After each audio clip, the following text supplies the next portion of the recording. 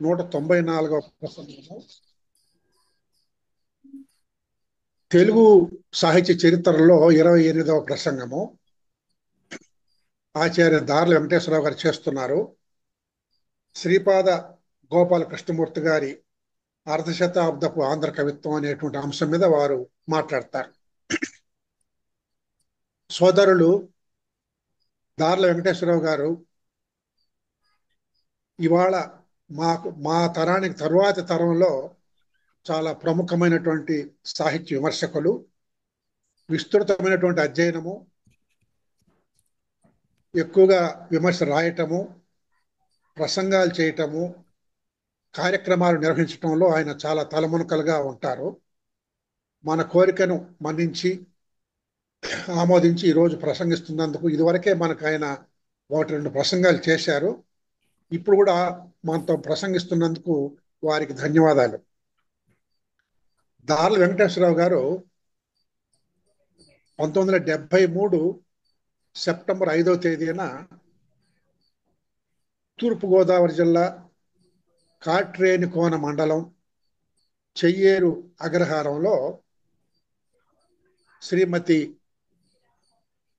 పెదనాగమ్మ లంకయ్య దంపతులకు కుమారుడిగా జన్మించారు.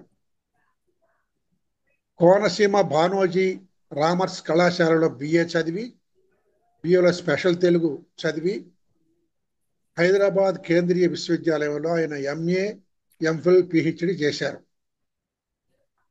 ఎస్టి జ్ఞానానంద కవి గారి కావ్యం, బౌద్ధ కావ్యం ఆమ్రపాలి అనేటువంటి కావ్యం మీద ఎంఫిల్ పరిశోధన చేసి, పరిశోధకుడుగా ఆరుద్ర అనేటువంటి అంశం మీద పిహెచ్డి చేశారు.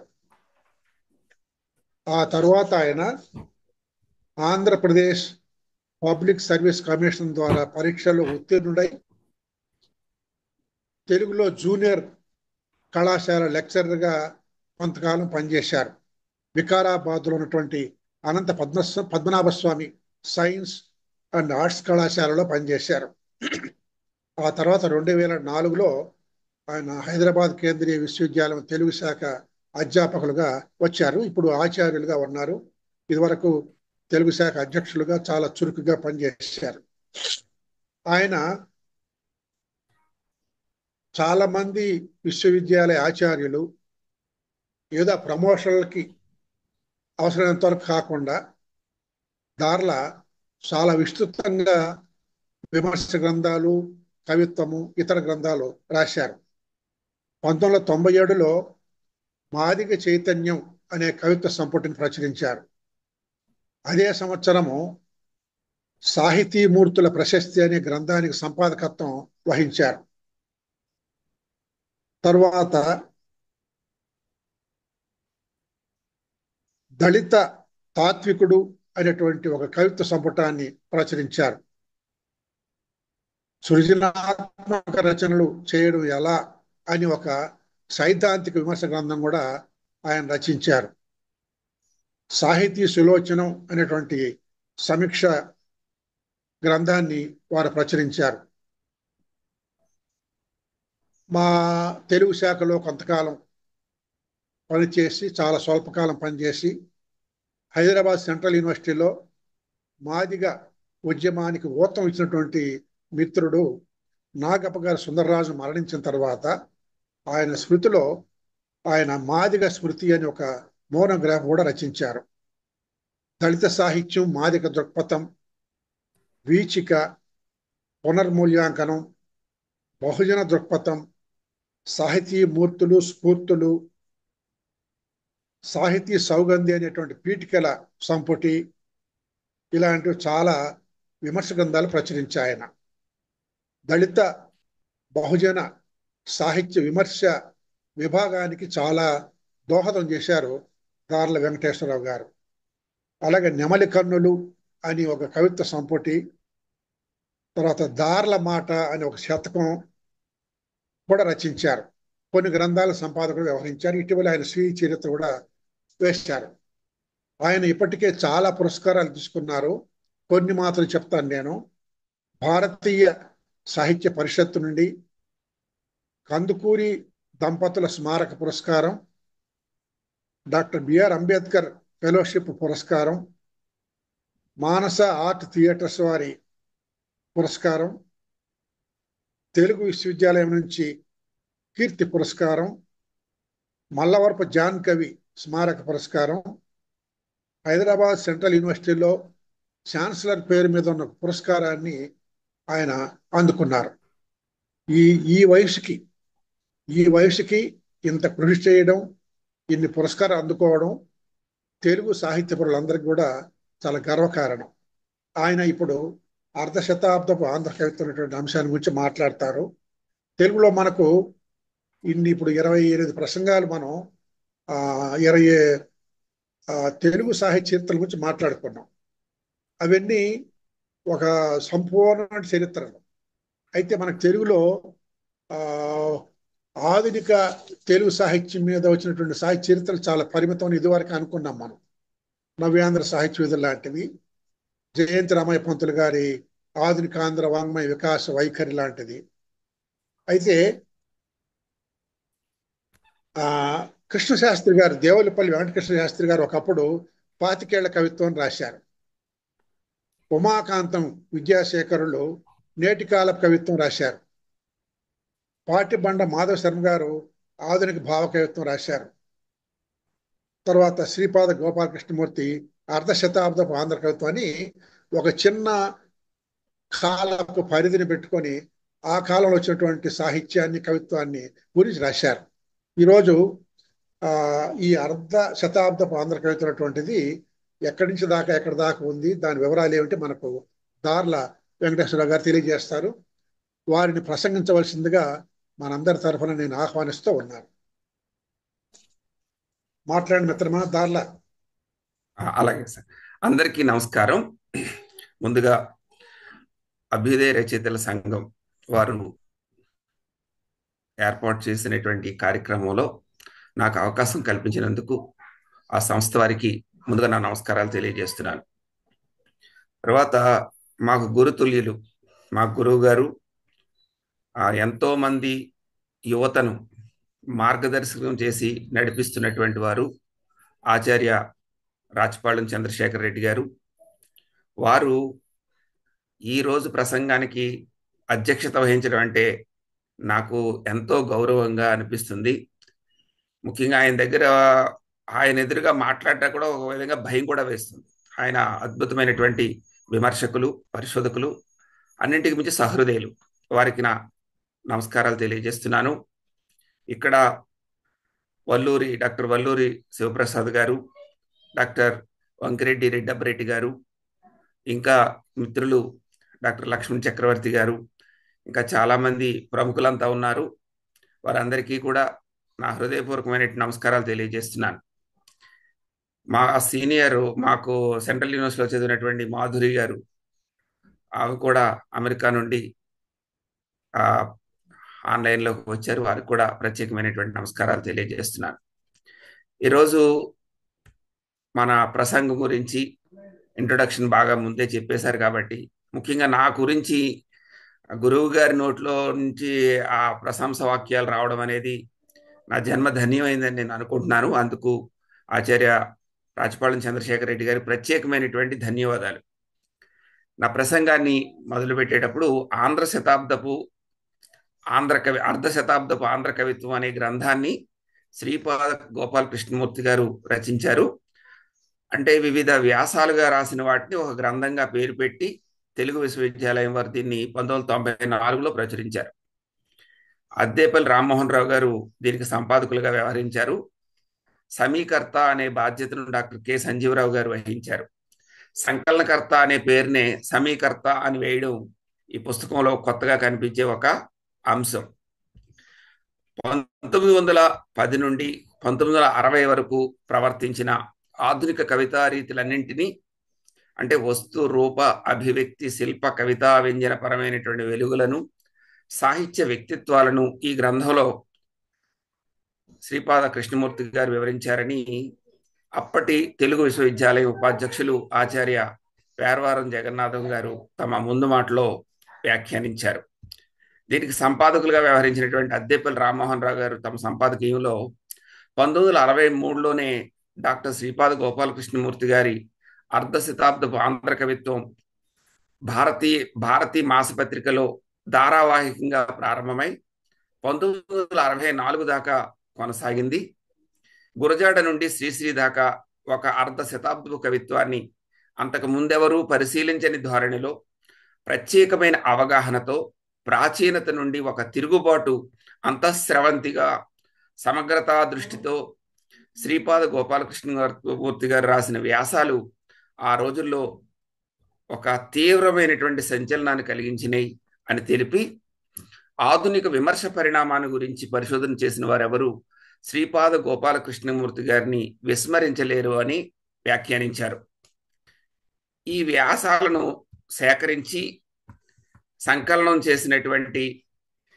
చేయడానికి సహకరించినటువంటి డాక్టర్ కె సంజీవరావు గారు ఇలా అన్నారు: ఈ వ్యాసాలు అర్ధ శతాబ్దపు ఆంధ్ర కవిత్వం శీర్షిక కింద 1962 నుండి నవంబర్ నుండి 1964 జనవరి వరకు భారతీ సాహిత్య పత్రికలో వచ్చాయి. ఒకటి రెండు వ్యాసాలు కిన్నెర ఆంధ్రపత్రికలో వచ్చాయి. గురజాడ నుండి పటాభి వరకు గల ఈ వ్యాసాలు అర్ధ శతాబ్దపు ఆధునిక కవిత్వ చరిత్ర, ఆధునిక కవిత్వాన్ని క్రమ పద్ధతిలో అధ్యయనం చేయదలుచుకున్న వారికి ఈ గ్రంథం ఒక కరదీపిక వంటిది అని ఆయన వ్యాఖ్యానించారు. అంటే ఇది వివిధ వ్యాసాలు, ఇందులో 19 వ్యాసాలు ఉన్నాయి.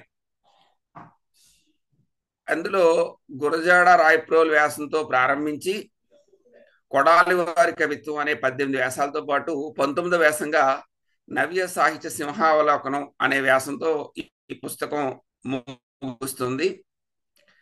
చివరిలో సమీక్ష కూడా అభ్యుదయోద్యమంతో ముగించటం ఒక విశేషంగా కనిపిస్తుంది. సుమారు 224 పుటలు ఉన్నటువంటి ఈ గ్రంథంలో ఆయన తన పుస్తకానికి పేరు పెడుతున్నానని ఎక్కడా చెప్పలేదు, కానీ ఆయన అర్ధ శతాబ్దపు ఆంధ్ర కవిత్వం అనే పేరుతో శీర్షికగా రాశారు కాబట్టి తెలుగు విశ్వవిద్యాలయం వారు ప్రచురించినటువంటి గ్రంథానికి ఆ పేరు పెట్టారు. అది ఎంతో సముచితమైనటువంటి పేరుగానే అనిపిస్తుంది. మనం శ్రీపాద గోపాలకృష్ణమూర్తి గారిని కొంచెం పరిచయం చేసుకుంటే, ఈ గ్రంథంలో ఆయన పరిచయం కేవలం పేరవరం జగన్నాథం గారి అభిప్రాయం మాత్రమే కొద్దిగా కనిపిస్తుంది. ఆయన ఏమన్నారంటే, కీర్తిశేషులు డాక్టర్ శ్రీపాద కృష్ణమూర్తి గారు ఇంగ్లాండ్లోని విశ్వవిద్యాలయం నుండి ఫిజిక్స్లో డిఎస్సి సముపార్జన్య ప్రతిభాశాలి అయినా వారికి ఆధునికాంధ్ర కవిత్వం పట్ల ఉండే అభిమానం, అభిరుచి ప్రశంసాపాత్రం. వారు ఆధునిక తెలుగు సాహిత్యం గురించి, ముఖ్యంగా నవ్య కవిత్వము, నాటక వికాసం విషయంలో పరమ ప్రామాణికులైనటువంటి విమర్శకులని చెప్పాలి. తెలుగు జానపద సాహిత్య కృషి వలల్లో కూడా ఆయనది అగ్రశ్రేణి అని చెప్పారు. శ్రీపాద గోపాలకృష్ణమూర్తి గారు స్థితప్రజ్ఞులైన నాటక విమర్శకులు, వృత్తిరీత్యా భౌతిక శాస్త్ర అధ్యాపకులు, కానీ ప్రవృత్తిరీత్యా నాటక జానపద సాహిత్యాల విశ్లేషణాత్మక అధ్యయనం చేపట్టినటువంటి మేధావి. పురాణం సూర్యశాస్త్రి, పశుమర్తి నారాయణ శాస్త్రి, శ్రీపాద కామేశ్వరరావు ప్రభృతుల కోవకు చెందిన ఆధునిక నాటక సాహిత్య చరిత్రకారుడు. పురాణం, సూర్యశాస్త్రి, పశుమర్తి మొదలైన వారి గురించి తాను చదివిన చూచిన నాటకాలను, తమ భేదాలను నిష్పాక్షికంగా చెప్పడం అలవర్చుకున్నటువంటి ప్రజ్ఞావంతుడు. తన తండ్రి శ్రీపాద కామేశ్వరరావు గారిగా మాదిరిగానే నాటక సాహిత్యాన్ని, ముఖ్యంగా నాటికా సాహిత్యాన్ని చారిత్రక నేపథ్యంతో చూడగలిగినటువంటి వ్యక్తి. అన్నింటినీ మించి ఆయన జానపద సాహిత్యంలో తొలి విమర్శకుల జాబితాలో శ్రీపాద వారికి ఒక విశిష్టమైనటువంటి స్థానం ఉంది. ఇక నాటికా సాహిత్యాన్ని అధ్యయనం చేయడం, విశ్లేషణ చేయడం, సంకలనం చేయడం మొదలైన వాటిలో ఆయన ప్రప్రథముడు అని చెప్పాలి అని మొదలు నాగభూషణ శర్మ గారు తెలుగు విశ్వవిద్యాలయం వారు ప్రచురించినటువంటి తెలుగు ఏకాంక నాటక పరిచయం 1998లో పబ్లిష్ అయినటువంటి ఆ పుస్తకానికి రాసిన ముందు మాటలో ఆయన్ని ఎంతో విలువైనటువంటి పరిచయంగా చేశారు. గోపాలకృష్ణమూర్తి గారి గురించి ఇంకా వివరాలు చూసినట్లయితే కనుక చాలా విషయాలు తెలుస్తాయి. ఆయన గోపాల దాన్ని 1900లో కోట్లో జన్మించారు ఆయన. మద్రాస్ యూనివర్సిటీ నుండి 1932లో ఎంఏ, 1936లో డాక్టరేట్ ఇన్ సైన్స్ చదివారు. లండన్లో పిహెచ్డి చేశారు ఆయన. మద్రాసులోని ప్రెసిడెన్సీ కాలేజీలో ఫిజిక్స్లో లెక్చరర్గా ఒక దశాబ్దం పాటు పనిచేశారు.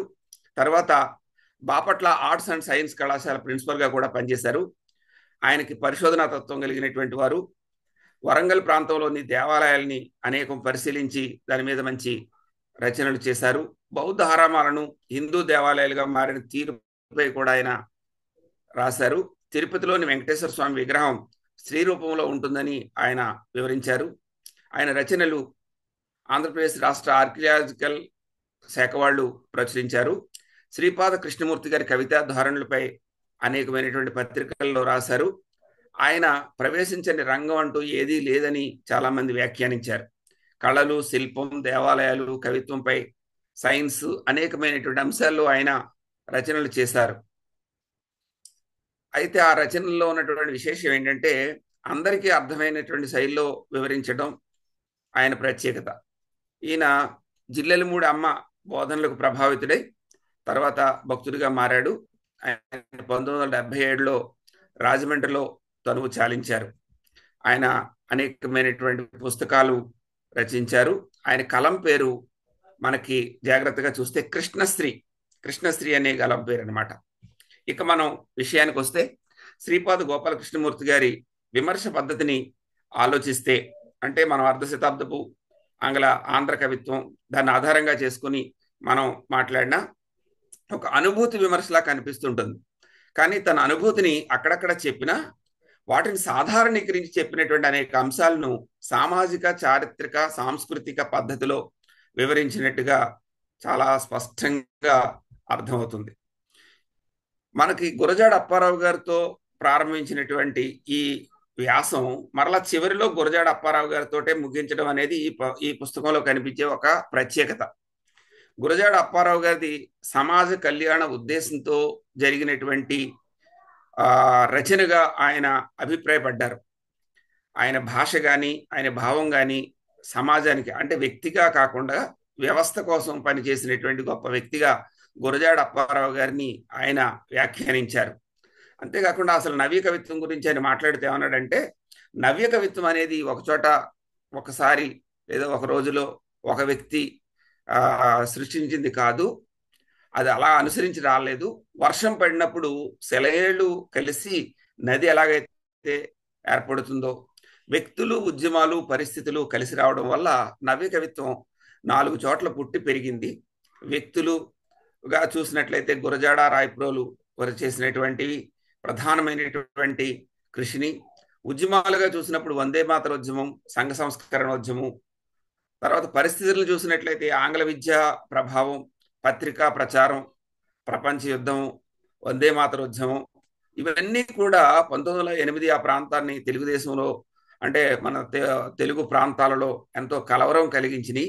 దీనివల్ల ఒక నవ్య కవిత్వం అనే భావన రావడానికి ఈ పరిస్థితులన్నీ ఏర్పడ్డాయని ఆయన సామాజిక పరిస్థితుల్ని ఆధారంగా చేసుకుని, ఆ సామాజిక పరిస్థితులు, చారిత్రక పరిస్థితులను ఆధారంగా చేసుకుని దాని ప్రభావం సాహిత్యంపై ఏ విధంగా పడింది అనేది ఆయన విశ్లేషించినటువంటి తీరు. అంతేకాకుండా ఆయన ఏమంటాడంటే, ఇంగ్లీష్లో ఉన్న రచన వైవిధ్యం తెలుగులో లేదు కాబట్టి ఆ వైవిధ్యాన్ని తీసుకురావడం అవసరం అని తెలుగులో ఉన్నటువంటి విద్యాధికులంతా గుర్తించారు. అందుకని కూడా నవ్య కవిత్వం రావడానికి అదొక కారణం అని చెప్పి ఆయన అన్నాడు.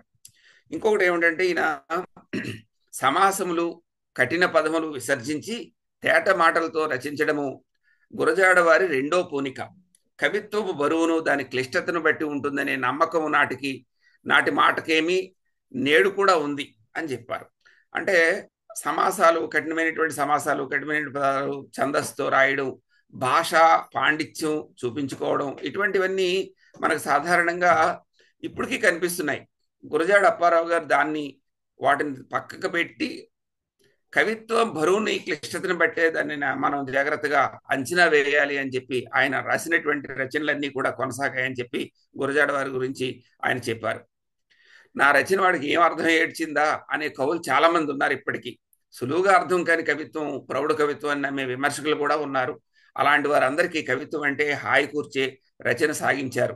వ్యాకరణం కట్టకట్టినట్టు చైతన్యం తగ్గిన భాషలో కాకుండా వ్యవహారికంలో ఉన్న జాతీయాల్ని పలుకుబడిని ఇముడ్చుకున్న భాష నుండి కోమలత్వాన్ని కూర్చారని గురజాడ అప్పారావు గారి కృషిని అంచనా వేస్తూ నవ్య కవిత్వ ప్రారంభం అంతా కూడా గురజాడ అప్పారావు గారితో ప్రారంభమైందని ప్రత్యక్షంగా చెప్పకపోయినా పరోక్షంగా ఆయన యొక్క కృషిని చెప్పారనమాట. అంటే భాషలో, తర్వాత భావంలో, తర్వాత జాతీయాలు వాడడంలో, వ్యాకరణాలను అధిగమించి సామాన్య జన వ్యవహారంలోకి తీసుకురావడం, ఇవన్నీ కూడా గురజాడ అప్పారావు గారు తీసుకొచ్చినటువంటి నవ్యత్వాన్ని ఉదాహరణగా ఆయన చెప్పారు. ఆ తర్వాత ఇంకా ఏమంటాడంటే ఆయన, కవిత్వానికి వ్యవహారానికి దూరమైనటువంటి భాష హృదయాలకు కూడా దూరమే కదా. కవిత్వపు గురి హృదయానికే గాని మెదడుకు కాదు. కవిత్వంలో చెప్పవలసిన భావాలు, అభిప్రాయాలు, ఆలోచనలు కావు. భావాలు చెప్పవలసిన భాష తేలిగ్గా మృదువుగా జీవించి ఉన్న జాతీయాల్లోని పలుకుబడితో నిండి హృదయంగంగా ఉండాలి అని చెప్పాడు ఆయన.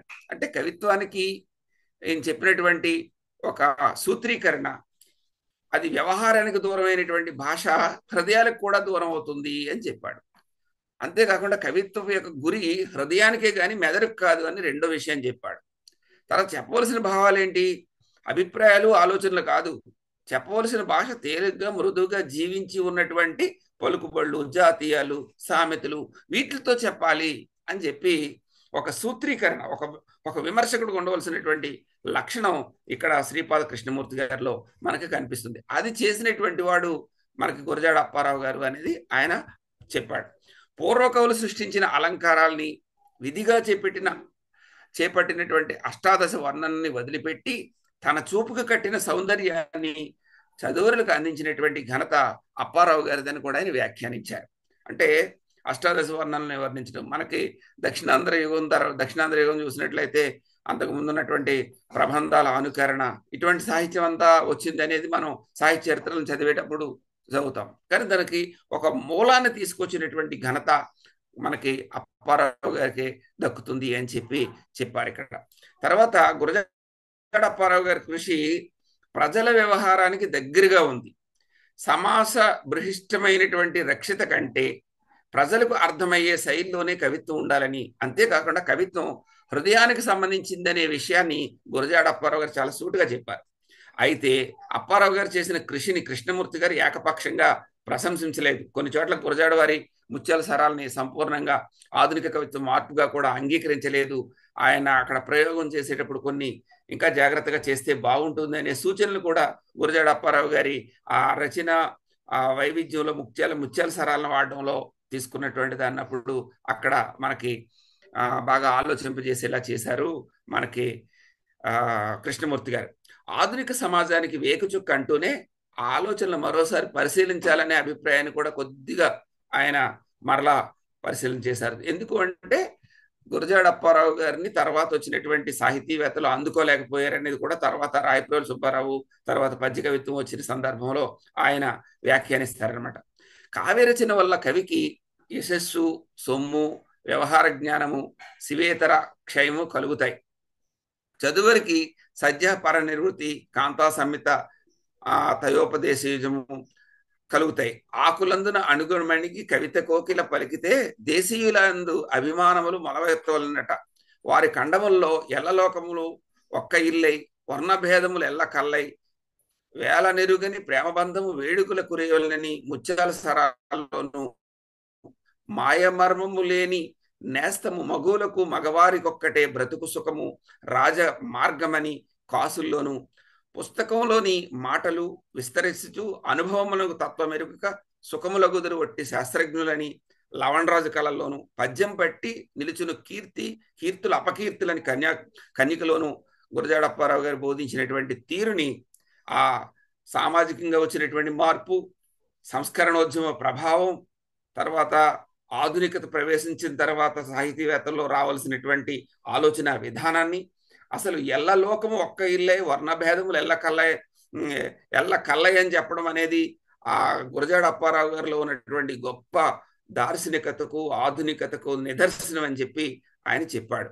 మనకి శ్రీపాద కృష్ణమూర్తి గారు ఆయన ఏమంటాడంటే, కావ్యాన్ని సాధారణంగా మనం అలంకార శాస్త్రంలో కావ్యం చేసేసి అర్ధకృతే వ్యవహార విదేశీ వేతర్క్షతే సజ్జ పరనిర్వృతే కాంతా సమితయోపదేశీ అంటాం మనం. కాంతా సమితయోపదేశీ అనడంలో మనకి ఆ ఒక రసికత, తర్వాత ఆ అలా చెప్తే గాని అర్థం కాని స్థితి అనే ఒక భావన అంతర్లీనంగా ఉంది. అందుకని ఈయన ఏం చెప్పాడంటే, మన గురజాడ అప్పారావు గారు కాంతా సమితిగా కాదు, సుహృత్ సమితిగా ఆయన బోధ చేశారు. అంటే ఒక మిత్రుడు లాగా ఆయన ఆ బోధనని చేశాడు అని చెప్పాడు. అంటే దాని అర్థం ఏంటంటే, నిజానికి ఇంకో చోట కూడా ఆయన అంటాడు, ఆ కేవలం నీతిని బోధించడమే కావ్యం యొక్క పరమార్థం అయితే గనక అది కావ్యం ఎందుకు అవుతుంది? కావ్యం మనకు తెలియకుండానే అందులో నీతి లేదా సందేశం మనకి జీర్ణం కావాలి. అలా జీర్ణం కావడం అనేది చేసినటువంటి ఘనత కూడా మనకి గురజాడ అప్పారావు గారిలో కనిపిస్తుంది అని చెప్పారు ఆయన. అంటే ఇక్కడ మనకి అలంకార శాస్త్ర సూత్రాల్లో వచ్చినటువంటి లేదా చేసుకోవాల్సినటువంటి మార్పుల్ని, ఆ నియమాల్ని కూడా కృష్ణమూర్తి గారు చాలా జాగ్రత్తగా లోతైనటువంటి పరిశీలనతో చేశారు అని వీటిని బట్టి తెలుస్తుంది. తర్వాత మనకి గురజాడ అప్పారావు గారిని, తర్వాత రాయప్రోలు సుబ్బారావు గారిని, మనకి డాక్టర్ సి నారాయణ రెడ్డి గారు తన సిద్ధాంత గ్రంథంలో కూడా ఇద్దరు యుగకర్తలు అని చెప్పాడు ఆయన. ఇద్దరు యుగకర్తలు అని చెప్పినా కానీ గురజాడ అప్పారావు గారిని మొదట, మళ్ళీ శ్రీనారాయణ రెడ్డి గారు కూడా చెప్పారు. అలాగే చాలా మంది ఇద్దరు యుగకర్తల్ని ఆలోచించినట్లుగానే శ్రీపాద కృష్ణమూర్తి గారు కూడా రాయప్రోలు సుబ్బారావు గారిని కూడా వెంటనే పరిశీలన చేసిన గురజాడ అప్పారావు గారికి అధిక ప్రాధాన్యం ఇచ్చారు. గురజాడ అప్పారావు గారి ప్రభావం తర్వాత మనకి రాయప్రోలు సుబ్బారావు గారిలో ఏ విధంగా కనిపిస్తుంది అనేది ఆయన చెప్పి, ఆయన ఆంగ్ల ప్రభావం ఉన్నప్పటికీ కూడా చందో నవ్యత్వంతో సంప్రదాయ పద్ధతిలోనే కవిత్వం రాసినటువంటి వ్యక్తిగా రాయప్రోలు సుబ్బారావు గారిని, ఆయన రచనల్ని వ్యాఖ్యానించారు. రాయప్రోలు సుబ్బారావు గారు ఆంగ్ల సాహిత్య ప్రభావంతో రచనలు చేశారు. అయితే అది మృదుమధురమైన శైలి. ఆయన అనుసరించిన తర్వాత అనేక మంది కవులు పద్యకావ్యాలని రాశారు అని కూడా ఆయన చెప్తారు. ఈ వ్యాసంలో చివరిలో ఏమంటాడంటే, ఆయన ఒక మంచి వ్యాఖ్య చేశారు. గురజాడ వారి తేట మాటల రచన వైపు కాక రాయప్రోలు వారి ఆర్య సంస్కృత రచనా పాఠవమే కవులను ఎక్కువగా ఆకర్షించింది. పూర్వకాలం నుండి వస్తూ ఉండిన అలవాటు, వ్యావహారిక భాషాభిమాన రాహిత్యము దీనికి కారణాలై ఉండవచ్చును, ఈ మోజుకు కారణాలై ఉండవచ్చును అని. ఓ విధంగా చెప్పాలంటే సమాజంలో లేదా ఆ సమాజంలో ఉన్నటువంటి పండితులు సమకాలీన వ్యవస్థకి అనుగుణంగా కాకుండా మనకి ఇంతకుముందు ఉన్నటువంటి పద్య సాహిత్యానికో లేకపోతే పురా వైభవాన్ని చిత్రించడానికో అలవాటు పడిపోయినటువంటి ఆ కవుల మనస్తత్వాన్ని ఇక్కడ తూర్పారబట్టినటువంటి, అధిక్షేపించినటువంటి పద్ధతి ఇక్కడ గురజాడ మన శ్రీపాద కృష్ణమూర్తి గారిలో చాలా జాగ్రత్తగా ఆయన చేశాడనమాట. అంటే ఎంత బాగా చెప్పాడో చూడండి ఈ వ్యాసం. అసలు ఈ వ్యాఖ్య చాలా అద్భుతమైన వ్యాఖ్య. గురజాడ వారి తేట మాటల రచన వైపు కాకుండా రాయప్రోలు వారి ఆర్య సంస్కృత రచనా పాఠవమే కవుల్ని ఎక్కువగా ఆకర్షించింది. పూర్వకాలం నుంచి వస్తుండిన అలవాటు, వ్యవహారిక భాషాభిమాన రాహిత్యము దీనికి కారణాలై ఉండవచ్చును, ఈ మోజుకు కారణాలై ఉండవచ్చును అని ఆ కారణాలు కూడా ఆయన చెప్పాడు అనమాట. అంటే భాషాభిమాన రాహిత్యం అంటే మనకి గ్రాంధిక వ్యవహారిక భాషావాదాలు మనం చూసాం. అప్పుడు గ్రాంధిక భాషే ఉండాలని ఎంతో మంది వాదించారు. అటువంటిప్పుడు గురజాడ అప్పారావు గారు, గిడుగు రామ్మూర్తి గారు, అనేక మంది వ్యవహారిక భాష ఉంటే వాళ్ళు ఆలోచించడం, భాష నేర్చుకోవడానికి సరిపోదు, దానివల్ల వచ్చినటువంటి జ్ఞానాన్ని అర్థం చేసుకోవడానికి ఉంటుంది అని చెప్పారు. ఇప్పుడు కూడా మనం బోధించేటప్పుడు, పాఠాలు చెప్పేటప్పుడు కానీ లేదా పాఠాలు వినేటప్పుడు కానీ ఇంగ్లీషు లేదా ఇతర భాషలను మనం నేర్చుకునేటప్పుడు వాడు ఏం చెప్తున్నాడని ఆ సెంటెన్స్, దాని అర్థాన్ని, అందులో ఉన్నటువంటి వ్యాకరణాన్ని చూసినందుగా ఆ జ్ఞానం ఇమీడియట్గా మన మైండ్లోకి వెళ్ళదు. అందుకే మాతృభాష ఎప్పుడు కూడా, మాతృభాషలో విద్యాభ్యాసం జరగాలి అని కోరుకునేది కూడా దీనివల్లే. కాబట్టి అసలు తేట మాటల వైపు పయనింపజేసినటువంటి ఘనత గురజాడ వారిదైతే, రాయప్రోలు వారు మరలా కొంచెం ఆ సంప్రదాయాన్ని కొనసాగించినటువంటి పద్ధతిగా కనిపిస్తుంది అనేది పరోక్షంగా చెప్పారు. దీన్ని బట్టి తెలుగు సమాజం తెలుగు కవిత్వ రచనలో ఆధునికతను అర్థం చేసుకోవడంలో సరైనటువంటి దృష్టిని ప్రదర్శించలేకపోయింది అనేది ఆయన చెప్పిన సారాంశంగా తేలుతుందని నా అభిప్రాయం. ఇంకొకటి, విషాదాంత కావ్యాలు అబ్బూరి రామకృష్ణారావు అనే వ్యాసంలో ఆయన ఏమంటాడంటే, తెలుగు సాహిత్యంపై ఆంగ్ల ప్రభావం కట్టమంచి రామలింగారెడ్డి గారి ముసలమ్మ మరణంతో ప్రారంభమైందని ఆయన అభిప్రాయపడ్డారు. అంటే నిజానికి ఆంగ్ల ప్రభావం వేరు, ఆంగ్ల రచనల్ని అనువాదం చేయడం వేరు. ఇక్కడ చాలా జాగ్రత్తగా ఆలోచిస్తే మనకి హెర్మిట్, తర్వాత డోరా అనే కావ్యాలు రాయప్రోలు సుబ్బారావు గారు తెలుగులోకి అనువాదం చేశారు. కానీ అది ఇంగ్లీష్ ప్రభావం కాదు, ఇంగ్లీష్ నేర్చుకుని ఆయన అనువాదం ఆయన చేశాడు, వ్యక్తిగా వచ్చింది అని చెప్తున్నాడు ఆయన. ఇక్కడ కట్టమంచి రామలింగారెడ్డి గారి ముసలమ్మ మరణం వచ్చేసరికి ఇంగ్లీష్ ఇన్ఫ్లుయెన్స్ మొత్తం తెలుగులో మొదలైపోయింది అనేది జాగ్రత్తగా మనం అర్థం చేసుకోవాల్సినటువంటి వ్యాఖ్య అని నేను అనుకుంటున్నాను. ఇక్కడ ఒక విషయాన్ని మనం విశ్లేషించుకోవాలి. ఆంగ్ల సాహిత్య అధ్యయన ప్రభావం వల్ల గురజాడ, రాయప్రోలు సుబ్బారావు తమ కవిత్వం రాస్తే, కట్టమంచి ముసలమ్మ మరణం తర్వాత ఆంగ్ల ప్రభావమే తెలుగు సాహిత్యంపై కనిపిస్తుంది అనేది ఆయన అభిప్రాయం అని నేను అనుకుంటున్నాను. అంటే దాని ఫలితంగా ఆయన ఏం చెప్పాడంటే, కట్టమంచి వారి ముసలమ్మ మరణం వచ్చినట్టుగానే దువ్వూరు రామిరెడ్డి గారి నలజారమ్మ కావ్యాలు కూడా పుట్టుకొచ్చింది. ఇది ఆ ఇంగ్లీషు లాంగ్వేజ్ లిటరేచర్ యొక్క ఇన్ఫ్లుయెన్స్ ని మనకి అర్థం చేసుకోవడానికి ఉపయోగపడుతుందని చెప్పి ఆయన చెప్పినటువంటి ఒక ఉదాహరణ. అబ్బూరి రామకృష్ణారావు గారు సంస్కృతాంగ్ల భాషా ప్రభావంతో తన కావ్యాలు వర్ణించారని కూడా కృష్ణమూర్తి గారు వ్యాఖ్యానించారు. ఈ మూడు భాషల కలయికతో ఒక నవ్య రీతిని సృష్టిద్దామని కవులు అనుకున్నారు, కానీ అది సాధ్యపడలేదు. అది అబ్బూరి రామకృష్ణారావు గారు ఈ ప్రభావానికి కొంచెం కృషి చేశారు, కానీ సాధ్యపడలేదని ఆయన చాలా స్పష్టంగా చెప్పాడు.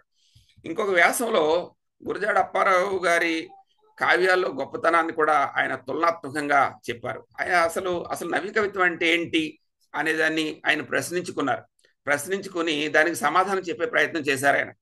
వర్ణ్య వస్తు సౌందర్యాన్ని చదువురికి స్ఫురింపజేసే రచన నవ్యము, వర్ణనా చమత్కారాన్ని స్ఫురింపజేసేది ప్రాచీనము అని. అంటే ఇక్కడ సౌందర్యాన్ని అక్కడ పాఠకుడికి స్ఫురించాలి, అప్పుడు అది నవ్యం. అంతేగాని వర్ణంలో ఉన్నటువంటి చమత్కారం మాత్రమే స్ఫురింపజేస్తే అది ప్రాచీనం అవుతుంది. అయితే ఇక్కడ మనకి సౌందర్యం అనేది, అంటే చమత్కారాన్ని కూడా సౌందర్యంలో భాగంగా కొంతమంది చూస్తారు. కానీ ఇక్కడ బహుశా శ్రీపాద వారు వర్ణ్య వస్తువు అంటే వస్తువు శాశ్వతంగా గుర్తుపెట్టుకోవడం, అది నిజమైనటువంటి సౌందర్యం. అని వస్తువుకు ప్రాధాన్యం ఇచ్చి అది శాశ్వతంగా ఆనందంగా పాఠకులు గుర్తు పెట్టుకోవడంలోనే గొప్పతనం ఉంటుంది, అది నవ్యము. అలా కాకుండా భాషా చమత్కారాలు లేకపోతే అవధానాలు లేదా పద్యంలో పద్యం పెట్టడం ఈ భాషా చమత్కారం కాదు అనేది బహుశా ఆయన అభిప్రాయం కావచ్చని నేను అనుకుంటున్నాను. గురజాడ వారి కావ్య రచనోద్యమంలోని మాత్రా చందో రచన, జీవద్భాషా ప్రయోగము, ఖండకావ్య నిర్మాణము బసవరాజు గారు అవలంబించినట్లుగా కనిపిస్తుంది అని చెప్పి, అంటే గురజాడ వారి యొక్క ప్రభావం మిగతా కవుల మీద ఏ విధంగా పడింది అనేది ఇక్కడ చెప్పే ప్రయత్నం చేశారు. అంటే రాయప్రోలు వారి ప్రభావం ఏమో పద్య రచనను లేదా చందోబద్ధంగా రాయడాన్ని, దాని ప్రభావం వస్తే, ఇక్కడ మాత్రం మాత్రా ఛందస్సుతో పాటు జీవద్భాష తర్వాత ఖండకావ్యం అనేది గురజాడ అప్పారావు గారి ఇన్ఫ్లుయెన్స్ నవీ కవిత్వంలో బాగా ప్రయోగించింది. దానివల్లనే బసవరాజు అప్పారావు గారు ఆ విధమైనటువంటి రచనలు చేశారని చెప్పి ఒక నూతన సమన్వయాన్ని చేశారు శ్రీపాద వారు. కావ్య భాషను వాడుక భాషకు చేరువగా తెచ్చినది బసవరాజు కాదు, గురజాడ అంటాను నేను అని కూడా మళ్ళీ ఆయనే చెప్పాడు. అంటే కావ్య భాష వాడుక భాష చేరువగా తేవడం అనేది అది చాలా ముఖ్యమైనటువంటి అంశంగా ఆయన చెప్తాడు ఇక్కడ. అంటే కావ్య భాషను వాడుక భాషగా చేరువ తెచ్చింది బసవరాజు గారు కాదు, గురజాడ అంటాను నేనని. ఎక్కడనో ఒక చెట్టు మాటున ఒక కోకిల పలక సాగాను, పట్టమేలే రాజువైతే పట్టు నన్నిప్పుడు, విద్యలందు అందరి మాయమర్మంబు దిద్ది వాళ్ళని చెప్పమని చెప్పినటువంటి వాడు. తర్వాత నలుగురు కూర్చుని నవ్వే వేళ నా పేరు ఒకసారి తలవండి అని చెప్పి పూర్ణమ్మ అనడంలో కానీ, ఈ మాటల్లో అందచందాలు కానీ ఆవేశంలానే బసవరాజు గారు ప్రయోగించినటువంటి భాషకు లేవు, ఈ గురజాడ అప్పారావు గారి భాషకే ఉంది. అందుకే ఇది జీవద్భాషా ప్రయోగము అని గురజాడ వారి యొక్క గొప్పతనాన్ని, ఆయన యొక్క ప్రయోగ వైవిధ్యాన్ని, దాన్ని ఇక్కడ శ్రీపాద్ వారు చాలా అద్భుతంగా ప్రశంసించారు. అంటే ఇక్కడ ప్రశంస కంటే వాస్తవాన్ని సమన్వయం చేసే ప్రయత్నం చేశారు. అంటే ఇంకొకటి ఏంటంటే, శ్రీపాద కృష్ణమూర్తి గారి ఆయన చదివింది సైన్స్ అయినా, చెప్పింది ఫిజిక్స్ అయినా, ఆయన ప్రతి కావ్యాన్ని కూడా లోతుగా అధ్యయనం చేశాడు. అధ్యయనం చేసి ఎక్కడెక్కడ రసభరితమైనటువంటి వాక్యాలు ఉన్నాయో దాన్ని చెప్తూనే వస్తువులో మార్పు వచ్చినటువంటి విషయాల్ని కూడా ఆయన చాలా జాగ్రత్తగా తన వ్యాసాల్లో ఆయన ఉటంకించాడు. ప్రతి వ్యాసాన్ని బహుశా ఆయన ఒక వ్యాసం రాసి దాన్ని మరలా మరలా మరలా దాన్ని రీరైట్ చేసి అప్పుడు మాత్రమే పంపించాడేమో అని ఆ వ్యాసం, ప్రతి వ్యాసం కూడా అనిపిస్తుంది మనకి. ఒక్క వాక్యం కూడా, ఒక్క పదం కూడా తీసేయడానికి అవకాశం లేనంత గొప్పగా ఆయన వ్యాసాలు మనకు కనిపిస్తాయి. అంచేత ఎక్కడ ఏ వాక్యం పెట్టాలి, ఎక్కడ ఏ పదం పెట్టాలి, ఎక్కడ ఏది కోట్ చేయాలి అనేది మనకి శ్రీపాద వారి నుండి మనం నేర్చుకోవాల్సినటువంటి అంశాలు. శ్రీశ్రీ అన్నట్టుగా కవి కొండల వారికి అత్యవసరం ఒక ఎడిటరు, వారు మాత్రం ససేమరగా వల్ల కాదంటారని నాకు అనిపిస్తుంది. అంటే శ్రీశ్రీ గారు అన్నట్టు కవికొండల వారికి అత్యవసరం ఏంటంటే ఒక ఎడిటర్ అన్నాడు. ఎంత చక్కగా చమత్కారంగా హాస్యంగా చెప్పాడో చూడండి. అంటే ఆయన రాసింది రాసినట్టు, వచ్చింది వచ్చినట్టు రాసేస్తున్నాడే తప్ప ఆయన ఎడిటింగ్ చేసుకోవట్లేదు అని. ఇది నిజానికి చాలా మంది ఈ గుణాన్ని పాటిస్తూ ఉంటారు. వచ్చింది రాసేస్తూ ఉంటారు, లేకపోతే వచ్చింది మాట్లాడేస్తూ ఉంటారే తప్ప నిజంగా ఎడిటింగ్ చేసుకోరు. కాబట్టి అంటే ఎడిటింగ్ గురించి కూడా మాట్లాడారు అంటే ఆయన ఎంత జాగ్రత్తగా తన వ్యాసాలను రాశారో కూడా దీన్ని బట్టి అర్థమవుతుంది. అంటే తోసిందంతా రాసేయడం, రాసిందంతా ప్రచురించడం ఎవరు చేస్తారు? అంచేత కవికొండల గారి గురించి ఆయన తోచిందంతా రాశాడని, ఎడిటింగ్ చేసుకోలేదని ఈ వ్యాఖ్యలో కనిపిస్తుంది మనకి. తర్వాత కవిగా కానీ విమర్శకులుగా కానీ ఏది రాయాలో ఏది రాయకూడదో అనేది తెలుసుకోవడం చాలా ముఖ్యం. ఇది ఆధునిక పత్రికా భాషలో చెప్పాలంటే ఒక సంపాదకుడు చేయవలసిన పని లాంటిది. రాసిందంతా ప్రచురించకూడదు అనేది కూడా ఒక సూచన చేస్తున్నారు శ్రీపాద కృష్ణమూర్తి గారు. పింగళ లక్ష్మీకాంతం, కాటూరు వెంకటేశ్వరరావు గారుల కవిత్వం గురించి, ముఖ్యంగా తొలకరు గురించి చెప్తూ, ఈ పేరు నవకవులు ఎంచుకునే పేరు లాంటిది. దీనిలో అనుభవాల నవ్యత, హృదయాల్ని కదిలించేది నాకు అంతగా కనిపించలేదు. నేను ఇంతకు ముందు అనుభూతి కవిత్వంలా, అనుభూతి విమర్శలా అనిపిస్తుంది అని చెప్పడానికి ఆయన నాకు అంతగా అనిపించట్లేదు అని నా అభిప్రాయంగా అన్నట్టుగా చెప్తా ఉంటాడు. కానీ దాన్ని మళ్ళీ తర్వాత సాధారణీకరించాడు అనమాట. అది జల్లు జల్లు అనిపించే మానవత్వం కాక మానసత్వమే నిండి ఉన్నట్టుగా నాకు తోస్తుంది అంటాడు ఆయన. మానవత్వం వేరు, మానసత్వం వేరు. మానసత్వం అంటే అప్పటికప్పుడు హ్యాపీనెస్ ఏదో కలిగిస్తుంది అనమాట. అది సజ్జా పరనిర్వృతే లాంటిది, అప్పటికప్పుడు ఆనందం కలిగించడమే.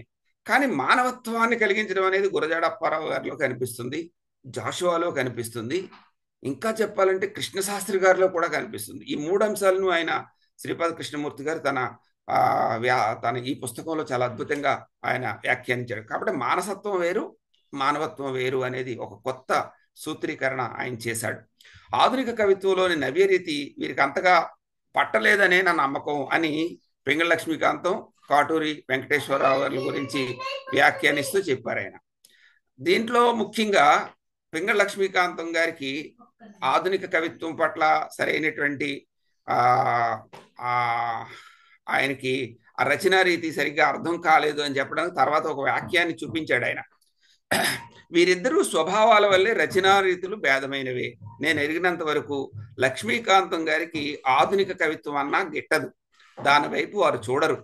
వారి శిష్యులు కొందరు చేరి వారి అధ్యక్షులుగా ఆధునిక కవిత్వం, ఆంధ్ర కవిత్వంకు వేరు పురుగని ఈనాడు కాదు 1994లోనే వాల్తేరులో ఒక తీర్మానం చేశారు అని చెప్పి ఒక ఆధారాన్ని చెప్తారు. అంటే శ్రీపాద కృష్ణమూర్తి గారు ఒక స్టేట్మెంట్ ఇస్తే ఆ స్టేట్మెంట్కి ఒక ఆధారాన్ని చూపిస్తారు. అంటే ఆధారం లేకుండా మాట్లాడడు. అంటే ఇది ఒక పరిశోధనకు ఉండవలసినటువంటి గొప్ప లక్షణం. విమర్శలో ఒక తార్కికతకు, ఒక హేతుబద్ధతకు ఉండవలసినటువంటి లక్షణం. దీన్ని ఆయన అద్భుతంగా పాటించారు. పింగళి వారిది ముఖ్యంగా విమర్శనా దృష్టి. విమర్శకును కవితా రచనకు అంతగా పొత్తు కుదరదనుకుంటాను నేను. విమర్శకు మానవత్వము, ఆలోచన ఎక్కువ అవసరం. కవిత్వ రచనకి మానవత్వము, అనుభవించగల శక్తి ఎక్కువ అవసరం అని చెప్పి ఆయన దాన్ని చక్కటి సూత్రీకరణ చేశారు. అంటే మానవత్వం ఉండడం వేరు, తర్వాత అనుభవించిన మానవత్వం ఉండడం వేరు. అంటే మనకి ఫీల్ అవడం, అంటే మన మన అనుభవంలో నుండి రావడం వేరు, మేధోగతంగా దాన్ని ఆలోచించి ఇది ఇలా ఉంటే బాగుంటుంది, బహుశా ఇది ఇలా ఉంటుంది, మానవత్వం ఎలా ఉంటుంది అని, అంటే నీతులు చెప్పడానికి ఉపయోగపడే మానవత్వం కాదు, మన హృదయాన్ని కరిగించే మానవత్వం ఉండాలి. అది ఆయన చెప్పినటువంటి గొప్ప. అందుకని కవిత్వ రచనకు మానవత్వము ఎటువంటిది ఉండాలంటే అనుభవించగల శక్తి అవసరం అని చెప్పాడు ఆయన. అంటే ఫీల్ అవ్వాలి మనం. ఫీల్ అవ్వకుండా ఆలోచించేలా చేస్తే అది కవిత్వం ఎలాగవుతుంది? కాబట్టి పింగళ లక్ష్మీకాంతం గారు ఆలోచించే కవిత్వము అని ఆయన చెప్పాడు. ఆయన బసవరాజు అప్పారావు గారి ఎంకి నాయుడు శృంగారం జయదేవుని రాధాకృష్ణుల శృంగారంతో పోల్చదగిందని కూడా ఆయన దాన్ని చాలా తులనాత్మకంగా చెప్తాడు. ఇంకి పాటల రచనతో ఆంధ్ర కవిత్వం ఆరంభం నుంచి అధిష్ఠించి ఉండిన వ్యుత్పత్తి మీద నుండి దిగి ప్రతిభను అధిష్ఠించింది అని అంటాను అంటాడు ఆయన. అంటే ఇంకి పాటలకు వచ్చేసరికి కొంత ఆ భాష కానీ, లేకపోతే అందులో ఉన్నటువంటి భావన కానీ, కొంత ఆ సమాస ప్రయోగాల నుంచి కానీ, లేకపోతే ఆ వర్ణనల నుండి కానీ వచ్చినటువంటి మార్పుని ఇక్కడ బాగా ఆయన గమనించాడు. అందుకనే ప్రతిభను అధిష్ఠించింది అని చెప్పి ప్రశంసించాడు ఆయన. ప్రబంధాల కాలం వరకు సంస్కృత కావ్యాలు, పురాణాలు ఆధారంగా తెలుగులో సాగిన రచన రచయితల పాండిత్యం మీద, పలుకుబళ్ళ మీద సాగిపోయింది కానీ వారి ప్రతిభను, కల్పనాశక్తిని లేపలేదు. ప్రబంధాల్లో ప్రవేశించిన ఉపజ్ఞ కవుల అలంకార కల్పనాశక్తినే పోషించింది కానీ కథన కౌశలము, పాత్ర నిర్మాణ శక్తి పెంచలేదు. పురాణ సామగ్రనే చేట్ల పేకను కలిపినట్లుగా కలుపుతూ ప్రబంధ కవులు తమ ఇంద్రియాలతో కాక పూర్వ కవుల కల్పనలు పూర్తిగా కప్పివేసిన భావనలతో చూశారు. అష్టాదశ వర్ణనాలక్ష్యములను రాజ్యసభల్లో ఆనాడు కవులకు జరిగిన పరీక్షలు వ్యుత్పత్తికే ఆధునికంలో అనగా 1919 తర్వాత కవుల ప్రతిభకు ఊపిరి తిరిగింది.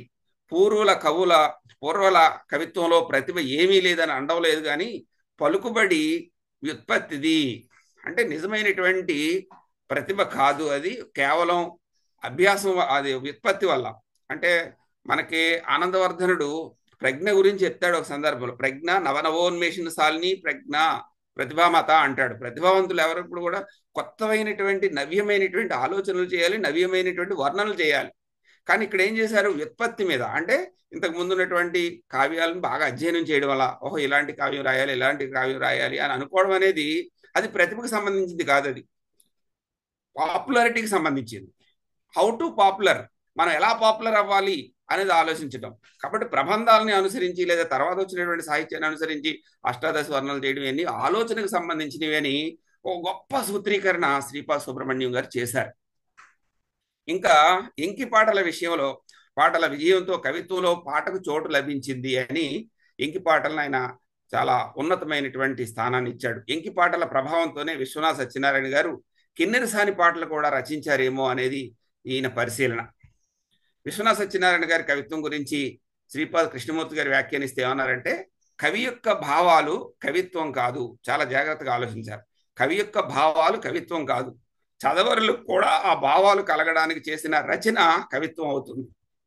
సత్యనారాయణ గారు అంటే విశ్వనాథ సత్యనారాయణ గారు చందో బందోబస్తును మించి రచించే యత్నం ఒక్క పట్టాన ఎక్కువగా చెయ్యరేమో అనిపిస్తుంది నాకు అని 3 విషయాలు చెప్పారు ఇక్కడ. ఒకటి, ఆయన కవిత్వంలా అనిపిస్తుంది కానీ అది కవిత్వం కాదు, అది ఆయన యొక్క భావజాలాన్ని ప్రచారం చేయడానికి ఆయన రాసినటువంటి కవిత్వము ఒకటి. రెండోది, చందో బందోబస్తుని అంటే సంప్రదాయంగా ఉన్నటువంటి ఛందస్సుని ఆయన ఏ రోజు కూడా భగ్నం చేయకుండా దాన్నే కొనసాగించినటువంటి సంప్రదాయ రీతి అనేది. మూడోది, ఆయన ఆధునికతకు సంబంధించినటువంటి విషయాలు ఎక్కడా కూడా స్పష్టంగా చేసినట్టుగా కూడా ఆయన ఎక్కడ కనిపించలేదు అనేది విశ్వనాథ సత్యనారాయణ గారి గురించి శ్రీపాద సుబ్రహ్మణ్యం గారు చేసినటువంటి కామెంట్. తర్వాత దేవులపల్లి కృష్ణమూర్తి గారి గురించి చెప్పినటువంటి మాటను మనం చూసినట్లయితే ఆయన స్వేచ్ఛని రకరకాలుగా వ్యాఖ్యానించాడు అనమాట.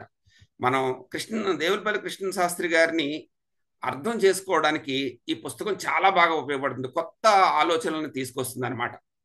ఆయనలో అంటే కృష్ణమూర్తి గారిలో గొప్ప భావుకత ఉంది అని చెప్పాడు. ఆ స్వేచ్ఛని ఆయన వివిధ రకాలుగా చెప్పాడు. ఆయన ఏంటంటే దేవులపల్లి కృష్ణ గారు రాజు గారి ఆ రచన వెంకట పార్వతీశ్వరుల రచన వల్ల సమకాలిక పరిస్థితుల వల్ల ప్రభావితమైంది. ఇది మొదటి స్వేచ్ఛ అని చెప్పాడు. అంటే వెంకట పార్వతీశ్వర కవులు వాళ్ళ దాని ప్రభావం దేవులపల్లి కృష్ణశాస్త్రి గారిలో కనిపిస్తుంది. దీంతో పాటు సమకాలీన పరిస్థితులు అంటే సమాజాన్ని గుర్తించాడు మనకు దేవులపల్లి కృష్ణశాస్త్రి గారు అనేది పరోక్షంగా చెప్పాడు ఆయన. కృష్ణశాస్త్రి రచనల మీద రెండో ప్రభావం స్వేచ్ఛది.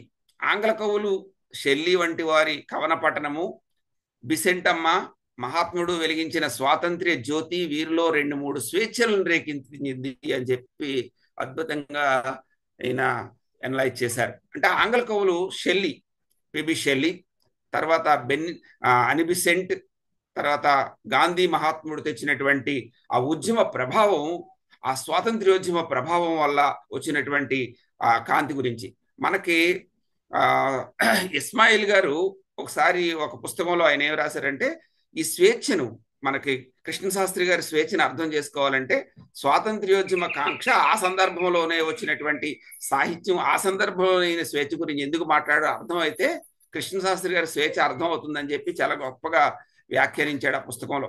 అది నాకు చాలా గొప్పగా అనిపించింది. దాని తర్వాత దాన్ని మనకి అద్దెపల్లి వారు గారు కూడా దాన్ని కొనసాగించారు. కాబట్టి స్వేచ్ఛను కృష్ణశాస్త్రిని అర్థం చేసుకోవాలంటే ఈ స్వేచ్ఛను అర్థం చేసుకోవాలి అని చాలా మంచి సూత్రీకరణ చేశాడు మన కృష్ణమూర్తి, శ్రీపాద కృష్ణమూర్తి గారు. తర్వాత శ్రీ దేవులపల్లి వారిలో రెండో స్వేచ్ఛ గురించి ఆయన ఇంకా మాట్లాడుతూ సాంఘిక సారస్వత రాజకీయ సంస్కారాలు కోరే స్వేచ్ఛ ఆయనకు ఉంది అని చెప్పాడు. అంటే సమాజానికి బాధ్యత వహించినటువంటి కవిత్వం ఆయనలో ఉంది అనేది. మానవుడు అన్నవాడిని ఇంకొక మానవుడు ముట్టరాదునట చైతన్యానికి అవమానమని, పరప్రభుత్వానికి మృతులై ఊరేగే అధికారుల దాష్టికం నీచమని, సంప్రదాయ శృంఖరాలు మోస్తూనే రచించడం కృతకము నికృష్టము అని ఆయన ఘోషించారని ఆయన చెప్పాడు. మాత్రా ఛందస్సులు, పద్య ఛందస్సులు యథేచ్ఛంగా వాళ్ళ పద్యంలో భావం ఎక్కడ పూర్తయిపోతే అక్కడ ఆపేశారు అని. అంటే ఇది కూడా మనకి ఈ అర్ధ శతాబ్దంలో వచ్చినటువంటి గొప్ప మార్పు. ఆయన పద్యాల్లో రాసినట్టు అనిపిస్తుంది, పద్యాల్లో రాశారు, కానీ పద్యం పూర్తిగా కొనసాగించడము, లేకపోతే ఆట వెళ్ళదైతే ఆవే అని పెట్టడం, తేటకితే తేగి అని పెట్టడం, లేకపోతే మత్యమైతే మా అని పెట్టడం, ఈ సంప్రదాయాల సంఖ్యలను వదిలేశాడు ఆయన. తర్వాత ఎక్కడ పద్యం పూర్తయితే అక్కడ ఆపేశాడు అంతే. కాబట్టి ఈ గొప్ప మార్పు, ఇది పద్యంలో రాసినట్టు అనిపించిన, పద్యంలో రాసిన అది ఒక గొప్ప మార్పు అని చాలా బాగా గుర్తించాడు శ్రీపాద గారు. ఇంకొక స్వేచ్ఛ గురించి చెప్తూ, ఈ స్వేచ్ఛ ప్రేమగా పొడచూపింది. ఆధునిక కవిత్వ ప్రారంభం నుంచి ప్రబంధ శృంగారాన్ని సమర్థించడానికి, శృంగారాన్ని ఉపాధేయంగా నిరూపించడానికి గురజాడ అవ్యాజ ప్రేమని, రాయప్రోలు సుబ్బారావు అప్రాప్త ప్రేమని, అపరిణిత ప్రేమని, విశ్వ ప్రేమల్ని, అబ్బూరి పూర్వ ప్రేమ, మృత ప్రేమ, క్షణిక ప్రేమ, దాంపత్య ప్రేమలను, దువ్వూరి నైసర్గిక ప్రేమను, అధికారుల తర్వాత బసవరాజు నండూరి దాంపత్య ప్రేమను చిత్రించి శరీరాకర్షణ పైన మొలిచే సర్వసాధారణ ప్రేమను ఈయన అంటే దేవులపల్లి వెనక్కి నెట్టారు అని చెప్పారు. అంటే శరీరానికి సంబంధించినటువంటి ప్రేమ కాదు అని గురజాడ అప్పారావు గారు స్వేచ్ఛ, ఆ ప్రేమల్లో ఉన్నటువంటి మహోదాత్తతని, ఆ సౌందర్యాన్ని, సమాజంతో అవినాభావ సంబంధం ఉన్నటువంటి ప్రేమను, స్వేచ్ఛ కాంక్షను చాలా అద్భుతంగా ఈయన చెప్పారు. ఈ ప్రేమను ఇది నైసర్గికమన్న కారణాన పట్టుకుని పెద్ద చేసి ఆయన చెప్పినటువంటి వాక్యాన్ని కూడా ఉదహరిస్తాడు ఆయన. సౌరభములేల చిమ్ము పుష్పవరజంబు, చంద్రికల నేల వెదజల్లు చందమామ, ఏల సలిలంబు పారు గాడ్పేల విసురు, ఏల నా హృదయంబు ప్రేమించు నిన్ను అన్న వశీకరణ మంత్రాలతో స్వేచ్ఛను ప్రేమగా ఆయన తీర్చిదిద్దారు అని చెప్పి, అంటే నిజమైన ఆనాడు భారతీయ, అందుకని మొదట్లోనే చెప్పారు శ్రీపాద వారు, మొదట్లోనే అనేకమైన వందే మాతరోద్యమం, జాతీయోద్యమం, సంస్కరణోద్యమం, ఇది కూడా నవ్య కవిత్వం రావడంలో ఒక తన ప్రభావాన్ని చూపించింది. ఇది కూడా ఒక ప్రధానమైనటువంటి కారణం అని మొదట్లోనే చెప్పాడు. అందుకని కృష్ణశాస్త్రి గారి కవిత్వాన్ని, ఆ స్వేచ్ఛని, అప్పుడు ఉన్నటువంటి నిర్బంధాలని మనం అర్థం చేసుకుంటే తప్ప ఆ స్వేచ్ఛలో ఉన్నటువంటి ఉదాత్తత మనకు అర్థం కాదు అనేది శ్రీపాద వారు చెప్పినటువంటి గొప్ప అంశం అని నేను అనుకుంటున్నాను. కవిత్వము ఇరువురికి ఇంద్రియ గోచరం, కవిత్వము చదువురికి ఇంద్రియ గోచరం కావాలి. అప్పుడు కవి వర్ణించిన ప్రకృతి చదువురికి గోచరించడము, తద్వారా చదువురికి అనుభవం కలగడం జరుగుతుంది. అంటే ప్రాసెస్ చెప్తున్నాడు. పొయిట్రీ మనం ఎలాగ అనుభవించాలి, పోయిటరీని మనం ఎలా రాయాలి అని చెప్పడానికి గొప్ప సూత్రీకరణ ఇది. కవిత్వం చదువురికి ఇంద్రియ గోచరం. అసలు ఇంద్రియ గోచరం కావాలంట అసలు. అప్పుడు కవి వర్ణించినటువంటి ప్రకృతి చదువురికి గోచరిస్తుంది అని చెప్పి, దాని ద్వారా చదువురికి అనుభవం కలగడం. అంటే మనకి అభినవ్ గుప్తుల వారు సాధారణీకరించడం ఎలాగా అనే ఒక సిద్ధాంతం చెప్పినట్లుగా, ఇక్కడ శ్రీపాద్ వారు సాధారణ కవిత్వం చదివిన తర్వాత అది ఎలా సాధారణీకరింపబడుతుంది, ఎలా అనుభవ యోగ్యతకు వస్తుంది అని చెప్పడం ఇక్కడ చాలా అద్భుతం. దీన్ని మనం ఒక సిద్ధాంత గ్రంథం చేయొచ్చు అనమాట. అంత గొప్ప భావాలు ఇవి. కవి భావాలని వెలుపుచ్చినప్పుడు ఆ భావాలు మహాపండితుడైన కవికే గాని సామాన్య చదువురికి జల్లుమనిపించేవి కాకపోతే కవి మానాన్న కవి రచించుకుంటూ పోవడమే మిగులుతుంది, కానీ చదువురికి అంటదు. వర్ణనలకు ఈ చిక్కు లేదు. తనకు ఆవేశ కారణమైన ప్రకృతి చైతన్యాన్ని కవి వర్ణించి విడిచినా ఎంతో కొంత ఉద్రిక్తత చదువురికి కలుగుతుంది. అయితే ఈ వర్ణిత వస్తువు చదువురికి ఎంత చక్కగా కనపడితే అంత ఎక్కువగా అతన్ని స్పందింపజేస్తుంది. కనుకనే అన్నాను, కవిత్వానికి ఇంద్రియ గోచరమయ్యే గుణం ఉండాలని. కృష్ణశాస్త్రి గారి రచనకు ఈ గుణం బాగా ఉంది అని చెప్పాడు. మనకి క్రోచి అనే ఒక ఇటలీ పాశ్చాత్య విమర్శకుడు చెప్పినటువంటిది ఎస్థెటిక్స్ మీద చెప్తూ, ఆయన ఇంద్రియ గోచరం అవ్వాలి కవిత్వం అని చెప్తాడు ఆయన. అంటే మన పాంచభౌతికం అంతా కూడా ఒక రకమైనటువంటి ఆనందానికో లేకపోతే ఆవేశానికో గురి కావాలి. అప్పుడు నిజమైనటువంటి అనుభవం కవిత్వంలోకి వస్తుంది. దాన్ని అద్భుతంగా, అంటే ఒక పాశ్చాత్య భావాల్ని, అంటే ఒక మోడర్న్ ఎస్థెటిక్స్ సంబంధించినటువంటి భావాలు కూడా శ్రీపాద కృష్ణమూర్తి గారు తన రచనల్లో చెప్పారు. కృష్ణశాస్త్రి గారి గురించి చెప్తూ, కృష్ణశాస్త్రి గారి రచనలతో అంతకన్నా ఎక్కువగా ఆయన కావ్య పఠనాలతో ఆధునిక కవిత్వానికి సత్తా చేకూరింది. వారి వ్యక్తి అప్పటి వారి రచనతో పూర్తిగా రూపొందలేదు. సంప్రదాయం అతిక్రమించని శైలిలో వారు రచించినా చక్కగా పాడుతూ వినిపించేవారు. కనుక ఏదియో అపూర్వ మధుర భక్తి స్ఫురించు గాని అర్థము కాని భావ కవిత్వంగా జమకట్టారు అని చెప్పి. అంటే ఆయన సంప్రదాయాన్ని వదలనట్టుగా అనిపిస్తున్నప్పటికీ కూడా, అంటే సంస్కృత భాషా భూయిష్టమైనటువంటి శైలి ఉన్న ఆయన చదివే తీరు, ప్రజల్లోకి తీసుకెళ్లినటువంటి కవిత్వ పద్ధతి, ఇదంతా కూడా ప్రజలకు చేరువ చేసింది అని చెప్పి ఆధునిక కవిత్వానికి ఇది ఒక గొప్ప సత్తా చేకూర్చింది అని చెప్పాడు అనమాట. కాబట్టి తర్వాత మనకి వేదుల సత్యనారాయణ శాస్త్రి గారి గురించి మనకు సమయం అవుతుంది కాబట్టి కొంచెం నేను వేగంగా ముగిస్తాను. ఆనంద్ గారు సిద్ధపడుతూ ఉంటారు. ఆనంద్ గారు హడావుడి పడకండి, నేను ముగించేస్తాను. వేదుల సత్యనారాయణ గారు చెవికి ఇంపుగా వినబడే పదాలతో పద్యాన్ని దాని జోరుతో దాన్ని పోనీయక తనకు కావలసినట్టు నడపడం రాయప్రోలు ప్రత్యేకత. అనుభవాన్ని వాడిగా వేడిగా ఇవ్వడం కృష్ణశాస్త్రి ప్రత్యేకత. చూడండి, ఆయన కవిత్వం ఎలా పోలుస్తూ ఉంటాడనమాట. పోల్చి ఈ రెండు గుణాలు పెనవేసుకున్న వేదుల వారి కవిత్వం నడిపినట్టు అనిపిస్తుంది అని చెప్పి, అండ్ ఆయన ఎంత అధ్యయనం చేయాలి, అధ్యయనం చేసిన దాన్ని జీర్ణించుకోవాలి, జీర్ణించుకున్న దాన్ని మళ్ళీ పోల్చి చెప్పాలి. అంటే ఒక తులనాత్మకమైనటువంటి పరిశోధన, తులనాత్మకమైనటువంటి విమర్శన పద్ధతి ఆయన రచనల్లో కనిపిస్తుంది. తర్వాత సార్వజనీనమైనటువంటి కొన్ని విమర్శ సూత్రాలు చెప్పినట్టుగా ఆయన ఈ పుస్తకంలో చాలా ఉన్నాయి. అటువంటి వాటిని 2-3 ప్రస్తావిస్తాను. కావ్య వస్తువు సుదీర్ఘమైన కథ కాకుండా అందమైన భావమే అయినప్పుడు కవులు రచించిన కావ్యములోని సుందర భావనలు కూడా క్రొత్త రచనలకు ప్రాతిపదిక కాగలవు అని ఆయన చెప్పాడు. అంటే కావ్య వస్తువు సుదీర్ఘమైన కథ కాదు, అందమైన భావమే అవుతుంది. కానీ కవులు రచించినటువంటి కావ్యం సుందరమైన భావనలు, కొత్త రచనలకు ప్రాతిపదిక, అంటే కొత్త రచనలకు ఏ విధమైనటువంటి ప్రపోజల్స్ వస్తాయి, లేదా ఏ విధమైనటువంటి స్ఫురణ వస్తాయనే చెప్పాడు. ఆధునిక కవిత్వం అనే పేరుతో ఈయన రాసిన వ్యాసం ఎంతో విలువైంది. ఆధునిక కవిత్వంలో వచ్చిన వివిధ పరిణామాలను కూడా ఆయన ఎంతో స్పష్టంగా చెప్పాడు. కవి గారి ఘనతను చూపించడానికి కాక చదువరి హృదయ పరివర్తనం కలిగించడానికి చేసిన రచనను అభినవ కవిత అని రాయప్రోలు తేల్చారు. అభినవ కవితా మండలి ప్రారంభించి కొయ్యి బొమ్మల్ని కాక కోమలను నిర్మించండి అని గురజాడ వారు ప్రబోధించారు. రవీంద్రుడికి ప్రపంచ సన్మానం వచ్చింది, అంటే నోబెల్ బహుమతి వచ్చింది కదా. ప్రపంచ యుద్ధంతో దేశాల రాజకీయాల ప్రబోధం కలిగింది. 1000 గొంతుకులు విచ్చి మోసాయి. పల్లెపట్టు సౌందర్యము, జీవితంలోని రసఘట్టాలు, పౌరాణిక సన్నివేశ మాధుర్యము, కర్షకుల ప్రేమ, పలకరించే ప్రతి సౌందర్యము కవితా సామగ్రి అయింది. సమాసాలు, విపరీత అలంకారాలు, గొక్క తిరగకుండా ప్రవహించే నిరంతరాయ వృత్తాలు, భాషా భేషజాలు ఈ శతాబ్దంలో అంటే ఈ అర్ధ శతాబ్దంలో తగ్గాయని చెప్పి చాలా చక్కగా చెప్పాడు. అంటే ఇక్కడ మనకి దేశ రాజకీయాల ప్రబోధం కలిగింది ప్రపంచ యుద్ధాలతోనే. మనకి 1914లో జరిగినటువంటి మొదటి ప్రపంచ యుద్ధం కానీ, తర్వాత 1945తో ముగిసినటువంటి సెకండ్ వరల్డ్ వార్ కానీ, అంటే ఈ రెండు యుద్ధాలు ప్రపంచ పరిస్థితుల్ని మార్చేసాయి. ఒకటి నానాజాతి సమితి రావడానికి మొదటి ప్రపంచ యుద్ధం కారణమైతే, ఐక్యరాజ్య సమితి రావడానికి రెండో ప్రపంచ యుద్ధం కారణమైంది. ఓ విధంగా రెండో ప్రపంచ యుద్ధం వచ్చిన తర్వాత మొత్తం దేశాల మధ్య ఒక మనం ఎటువైపు ఉండాలి అనే రాజకీయమైనటువంటి దృక్పథాన్ని, ఆలోచనని చాలా ప్రేరేపించినటువంటి పద్ధతి అది. ఆ సమయంలోనే మన భారత స్వాతంత్ర్యోద్యమంలో కూడా చాలా బలమైనటువంటి మార్పు రావడానికి సెకండ్ వరల్డ్ వార్ కారణం అయింది. ఆ ప్రభావం ఇక్కడ సాహిత్యంలో కూడా వచ్చింది అని చెప్పి, అంటే సాహిత్యంలో మార్పు రావడానికి రాజకీయ పరిణామాలు, ఆర్థిక పరిణామాలు, సామాజిక పరిణామాలు కారణమవుతాయి అని చెప్పినటువంటి ఒక పద్ధతిలో దీన్ని సోషియో కల్చరల్ స్టడీగా మనం దీన్ని చూడొచ్చు. అటువంటి పద్ధతిలో శ్రీపాద కృష్ణమూర్తి గారు అద్భుతంగా చూశారనేది నేను అవగాహన చేసుకున్నాను.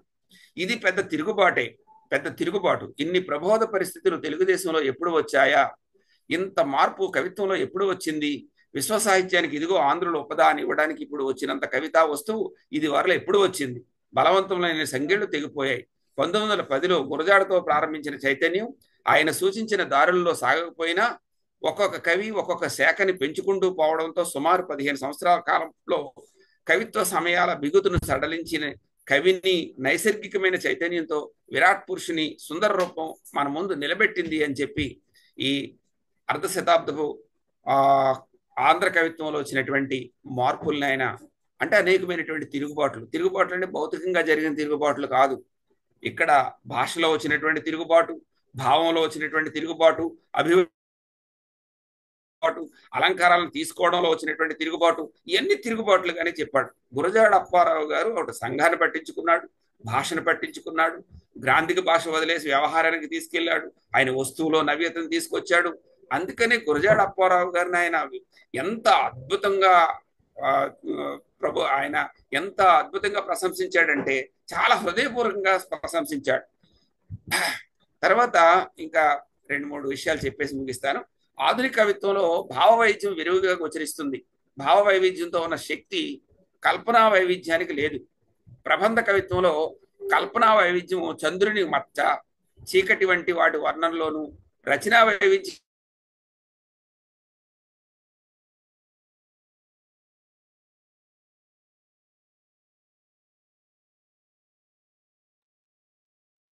నెట్ పోయినట్టుంది మీ దగ్గర.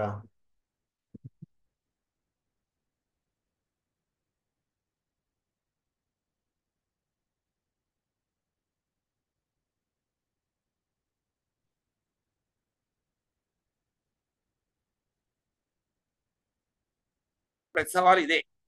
అసలు కవిత్వంలో కొత్తదనం అంటే ఏమిటో తేల్చండి. అది ఆధునికత ఉంది అని చెప్పి, అంటే వాళ్ళకి జిజ్ఞాస తెలుసుకోవడం కాదు, వాళ్ళకి సవాల్ చేయడం అన్నమాట. అంటే సంప్రదాయాలకి ఆధునికులకి మధ్య సంఘర్షణని ఇక్కడ మనకు చెప్పాడు. ఈ మనకు కనపడే ప్రపంచం అంతా నిన్నటిదే. ఆ సూర్యుడు, ఆ గాలి, ఆ ప్రేయసి, ఆ ఫలమే. మరి కొత్త అనేది ఎక్కడున్నది? జీవులు పొందిన అనుభవమే పొందుతూ తృప్తి పడుతున్నారు. దీనిలో కొత్త ఏమిటి చెప్తున్నాను వినండి. చక్కగా ఏది అనుభవం అయితే అప్పటికి అది కొత్తే. అనుభవము కావాలి, గారడి కారాదు, అదే కొత్తదనం అని ఆయన చెప్పాడు. ఇలా ఆయన ప్రసంగంలో చాలా గొప్పగా చెప్పి ఈయన విశ్వ సౌందర్యం నుంచి, మానవుల అనుభవం నుంచి వస్తువులు సేకరించడం ఆధునిక కవిత్వాస్యము అని చెప్పాడు ఆయన. ఇంకొక కవి కన్నా ప్రౌఢంగా చెప్పవాలనే కాకుండా గుర్తించగల కొత్త అనుభవాన్ని, నూతన సౌందర్యాన్ని చదువురికి అందించడం ఆధునిక కవికి ఉండాల్సినటువంటి ఆశయం అని చెప్పాడు. వర్ణనా సౌందర్యాన్ని కాకుండా వస్తు సౌందర్యాన్ని వెలయించడం ఆధునిక కవి కోరిక. ఈ యత్నంలో అలవాటుగా వచ్చిన ఛందో భాషని మనం వచ్చినా సరే కవితా సామగ్రి, భాష, ఛందస్సు, వర్ణనా పద్ధతి వేటిలోనూ పూర్వాచారం మాత్రమే ఆధునిక కవిని నడపదు అని చాలా స్పష్టంగా చెప్పేశాడు. ఈ విధంగా మనకి అక్కిరాజు ఉమాకాంతం గారి మనకి ఆయన రాసినటువంటి పుస్తకాన్ని నేటి కాలపు కవిత్వం, ఆ కవిత్వంలో ఆధునిక కవిత్వంలో ప్రమాణాలు లేవు అని చెప్పినటువంటి దాన్ని కూడా ఆయన ఆ ఎక్కడెక్కడ ప్రమాణాలు ఉన్నాయో అనేది కూడా చూపించాడు. ఇంకా జాషువా గురించి ఈయన అభిప్రాయాన్ని చాలా మంది తెలుసుకోవాలనుకుంటారు కాబట్టి ఒక్క మాట చెప్తాను.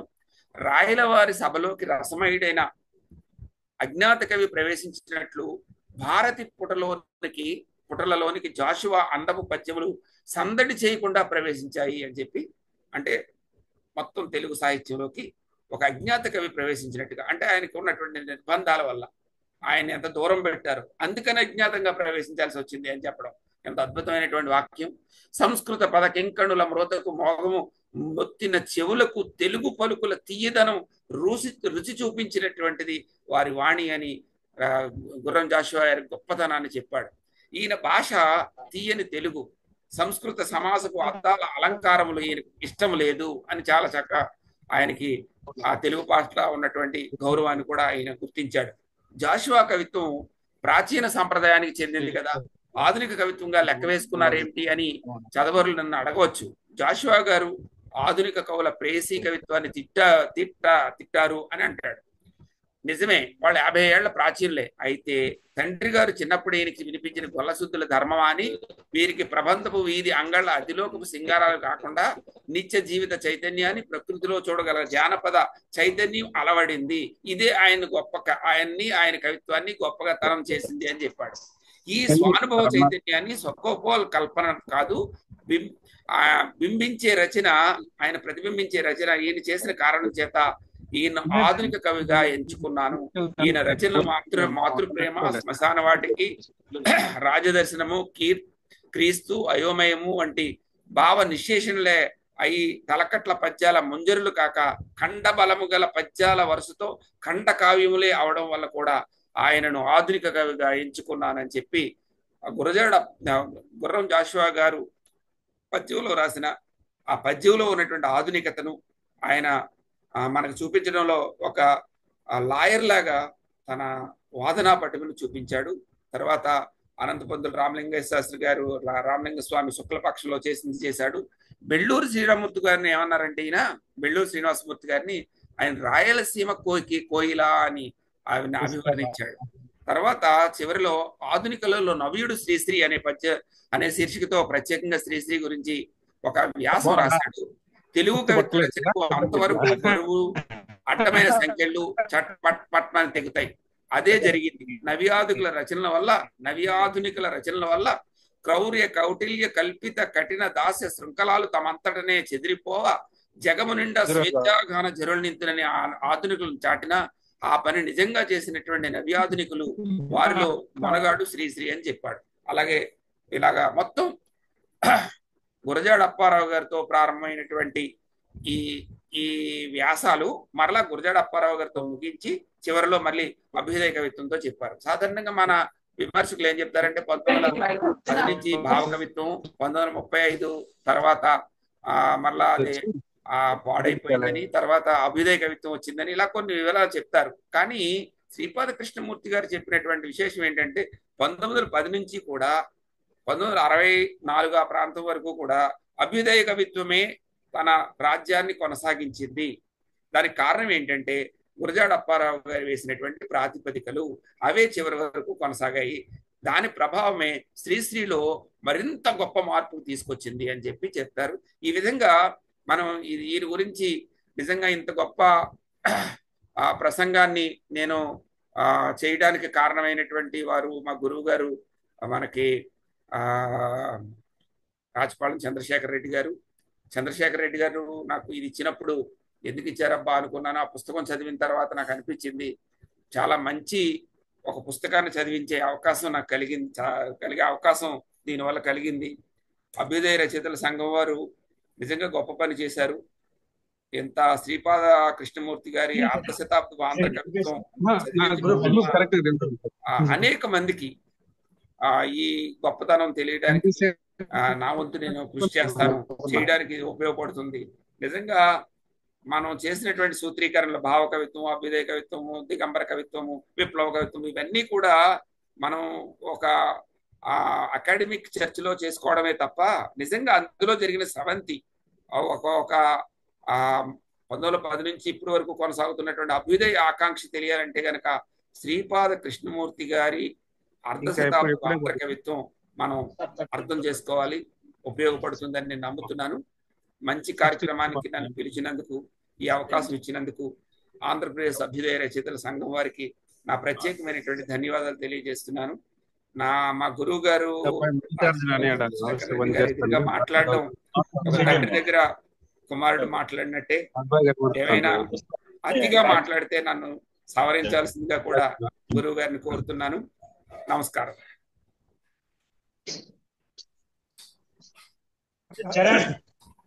కవితశ్రీ కవితశ్రీ కవితశ్రీ మ్యూట్ చేసుకోండి, మ్యూట్ చేసుకొని మాట్లాడుకోండి. కవితశ్రీ మ్యూట్ కావాలి. ఆనంద్ మ్యూట్ చేయండి అతను. లేదు సార్, నేను మ్యూట్ చేస్తున్నాను, ఆయన అన్మ్యూట్, అది ఆటోమేటిక్ ఆయన దగ్గర అన్మ్యూట్ అవుతోంది. కవితశ్రీ కవితశ్రీ జరిగింది. కవితశ్రీ మీరు మ్యూట్ చేసుకోండి.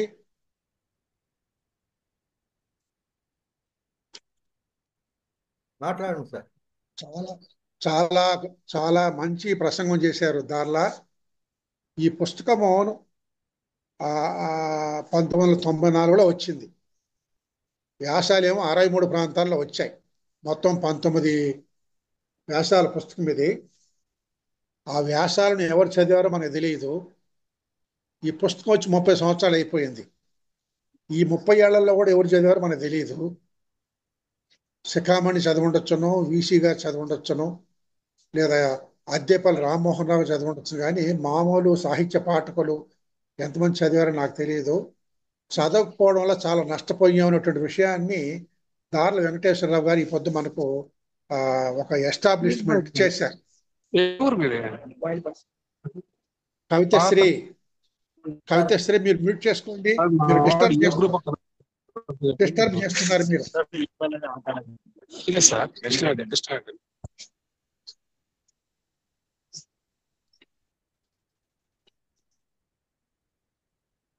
అర్ధ శతాబ్ది ఆంధ్ర కవిత్వం అనేటువంటి పుస్తకము గురజాడతో మొదలై గురజాడతో ముగిసింది అని దార్ల ఒక అందమైనటువంటి సూత్రీకరణ చేశారు.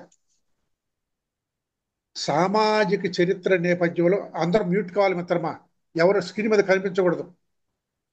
మూరిశెట్టి గారు మీరు మ్యూట్లోకి వెళ్ళండి. మూరిశెట్టి గారు మీరు మ్యూట్లోకి వెళ్ళండి. సార్ అందరినీ మ్యూట్ చేస్తున్నాను. అట్లా కనిపించకూడదు. మీరు అన్మ్యూట్ చేసుకోండి సార్ రాజపాళెం గారు. ఓకే కనివ్వండి. శ్రీపాద గోపాలకృష్ణమూర్తి గారు ఈ పుస్తకాన్ని చదివితే ఆధునిక తెలుగు కవిత్వాన్ని మనం కొత్తగా అర్థం చేసుకోవటానికి అవకాశం కలుగుతుంది అని మంచి ప్రతిపాదన చేశారు దార్ల వెంకటేశ్వరరావు గారు. ఆయన ఈ పుస్తకాన్ని లోతుగా అధ్యయనం చేశారు అనడానికి ఈ పుస్తకంలోంచి ఆయన ఉదాహరించిన వాక్యాలే మనకు నిదర్శనం. సాహిత్యాన్ని సామాజిక చరిత్ర నేపథ్యంలో గోపాలకృష్ణమూర్తి పరిశీలించారు అని చెప్పారు. మనకు సాహిత్యాన్ని సాహిత్యంగానే చూడాలి అనేటువంటి ప్రతిపాదన సెంట్రల్ యూనివర్సిటీ నుంచే వచ్చింది. ఒకప్పుడు హైదరాబాద్ కేంద్రీయ విశ్వవిద్యాలయం నుంచే వచ్చింది. కానీ దార్ల వారి ప్రసంగం మనం విన్న తర్వాత శ్రీపాద గోపాలకృష్ణమూర్తి గారే 60 ప్రాంతాల్లోనే సామాజిక పరిణామాల నేపథ్యంలో సాహిత్యం చూడాలని మనకు తెలియజేశారని చెప్పారన్నమాట. 1910 నుంచి 1960 దాకా ఒక 50 ఏళ్లలో, అంటే స్వాతంత్రోద్యమ కాలపు సాహిత్యం కవిత్వం ఎలా పరిణమించింది, దాంట్లో భావ కవిత్వము, జాతీయోద్యమ కవిత్వము, అభ్యుదయ కవిత్వము, ఇతర రకాల కవిత్వాలన్నీ ఎలా ఉన్నాయో శ్రీపాద వారు అందులో చర్చించారని చెప్పేసి మనకు తెలియజేశారు. శ్రీపాద గోపాలకృష్ణమూర్తి గురజాడన గురించి అనేక సందర్భాలలో చాలా గొప్పగా చెప్పాడు. ఏమేమి అభిప్రాయాలు చెప్పారో మనకు దార్ల తెలియజేశారు. కానీ మొదట్లోనే ఆయన ఎన్ని రకాలుగా ప్రతిభావంతుడైనా, ఆయన ఎన్ని రకాలుగా కొత్తదనం తీసుకొచ్చిన ఆయన కొత్తదనం తర్వాత కంటిన్యూ కాలేదని ఒక మాట అన్నాడు. అయితే గేయ కవిత్వం బాగా కొనసాగిందని చెప్పాడు. ఒక్క మాట అన్నాడు, అది బహుశా గురజాడని గురించి ఆయన చెప్పిన గొప్పతనాలన్నింటినీ ధ్వంసం చేసే మాట ఏమో అనిపిస్తుంది. ఏమిటంటే 6వ పేజీలోనే ఆ గురజాడ యుగ పురుషుడు అనడాన్ని నేను ఆమోదించను అన్నాడు. గురజాడ యుగ పురుషుడు అనేటువంటి దానిని నేను ఆమోదించను అని 6వ పేజీలోనే చెప్పారు గోపాలకృష్ణమూర్తి గారు. అది వినిపిస్తాను నేను. ఆ ఇన్ని నవ్య రీతుల్లో ఆయన రచన నడిపినా ఆయన తరువాత కవులు ఆయన అడుగుజాడల్లో నడవలేదు కనుక ఆయన యుగ పురుషుడు అన్న మాట అతిశయోక్తి అని అన్నారు. దీనిని గురించి మనం ఆలోచించాలన్నమాట. అయితే గురజాడని ఈ మాట అన్నాడు, కానీ ఆయన సాధించిన విజయాలను బాగా ప్రశంసించారు. అసలు ఆధునిక తెలుగు కవులలో ఒకడే తిరుగుబాటుదారుడు గురజాడ అప్పారావు అన్నాడు. అయితే ఆయన తర్వాత ఆయన మార్గం కొనసాగలేదు కాబట్టి ఆయన యుగ పురుషుడు కాదని ఒక మాట అన్నాడు. దాన్ని మనం ఎక్కడైనా మళ్ళీ చర్చించుకోవచ్చు అన్నమాట. కట్టమంచి రామలింగారెడ్డి, దువ్వూరు రామరెడ్డి, అబ్బూరి రామకృష్ణరావు వీళ్ళందరూ కూడా ఈ ఆంగ్ల కవిత్వ ప్రభావంతో విషాదాంత కావ్యాలు రాశారు. గురజాడ అప్పారావు కూడా విషాదాంత కవితలు రాశారని చెప్పేసి పేర్కొన్నారు. నవ్య కవిత్వం అంటే ఏమిటి, ఆధునిక కవిత్వం అంటే ఏమిటి అని చాలా చోట్ల ఆయన చర్చించారు, ఇతరుల అభిప్రాయాలు ఖండించాడు. రాయప్రోలు పద్య కవితకు కొనసాగింపుకు పద్య కవిత్వం కొనసాగడానికి రాయప్రోలు దోహదం చేస్తే గేయ కవిత్వం కొనసాగడానికి గురజాడ అప్పారావు దోహదం చేశారని ఆయన చెప్పినట్టుగా దార్ల మనకు తెలియజేశారు. గురజాడ కావ్య భాషను వాడుక భాషకు సమీపంగా తీసుకొచ్చాడు అని ఆయన అన్నట్టుగా మనకు దార్ల తెలియజేశారు. శ్రీపాదవారి ఈ విమర్శ గ్రంథంలో ఉన్న గొప్పతనం ఏమిటంటే వ్యర్థ పదాలు లేకపోవటం అన్నాడు. విమర్శలో కథానికలో కథకు ఉపయోగపడని ఒక్క మాట కూడా ఉండకూడదని చెప్తారు కథానిక లక్షణకారులు. విమర్శకు కూడా అది వర్తిస్తుంది. విమర్శలో వాచ్యాలత్వం ఉంటే అది విమర్శ కిందకి రాదు. అందుకని ఒకప్పుడు నేను ఒక పరిశోధన గ్రంథాన్ని తీసుకొని కేంద్రీయ విశ్వవిద్యాలయంలోనే ఒక ప్రసంగం చేశాను. ఈ విమర్శ గ్రంథాన్ని చదవడం కన్నా కూడా ఈ విమర్శ ఏ గ్రంథం మీద వచ్చిందో ఆ మూల గ్రంథం చదువుకోవడం మేలు, దీంట్లో భాష చాలా భయంకరంగా ఉంటుందంటే అక్కడ పండితులకు చాలా కోపం వచ్చిన ఆమె దాడి చేశారన్నమాట. కానీ ఇప్పుడు దార్లు మనకు తెలియజేశారు. ఈ ఈ ఈ అర్ధ శతాబ్దపు ఆంధ్ర కవిత్వం అనేటువంటి పుస్తకంలో వ్యర్థ పదాలు ఉండవు అని చెప్పేసి అనడం చాలా బాగుంది. అంతేకాకుండా అయింది శ్రీపాద, చాలా మంది ఉన్నారు వీళ్ళు శ్రీపాద కుటుంబంలో ఉన్న పండితులు. శ్రీపాద సుబ్రహ్మణ్య శాస్త్రి గారి వాక్య విన్యాసం నాకు ఈ శ్రీపాద గోపాలకృష్ణమూర్తిలో కనిపిస్తూ ఉంది. తర్వాత ఒక కవిని గురించి చెబుతూ అతన్ని ఎడిట్ చేసుకోవాలి అని గొప్ప సూచన చేశారు శ్రీపాద వారు. కవులు ఇవాళ మన సామాజిక మాధ్యమాల్లో చూస్తున్నాం, సెల్ దగ్గర పెట్టుకోనో కంప్యూటర్ దగ్గర పెట్టుకుని టప టప టప టైప్ చేసి దేశం మీద వదిలేస్తున్నారు. శబ్ద సౌందర్యం కుదిరిందా లేదా, శబ్ద సాధుత్వం కుదిరిందా లేదా, ముందు పదానికి తర్వాత పదానికి సంబంధం ఉందా లేదా ఏమి చూడకుండా నేను రాసింది వేదం మీరు చదివి చావండి అందుకంటే ఉన్నాయి ఇప్పుడు ధోరణులు. మనం ఎవడని ఆ లోపం ఎత్తి చూపిస్తే నీ తాత ఎవడు, నీ తండ్రి ఎవడని ప్రశ్నిస్తారు. కానీ శ్రీపాద గోపాలకృష్ణమూర్తి ఆ రోజుల్లోనే గొప్ప కవులను మీ కవితలు మీరు ఎడిట్ చేసుకోండి అని చెప్పాడని గుర్తు చేశారు దార్ల. ఇది ఈనాటి కవులకు గొప్ప మార్గదర్శకమైనటువంటి మాట అని నేను అనుకుంటూ ఉన్నాను. ప్రతి రచయిత కూడా నేను రాసిందే వేదం అనడం అంటే అహంకారం కదా లెక్క. కానీ మనకు చాగంటి సోమయాజులు ఎన్ని కథలు రాశాడో మనకు తెలియదు, కానీ మనకు 40 కథలు ఇచ్చిపోయాడు ఆయన.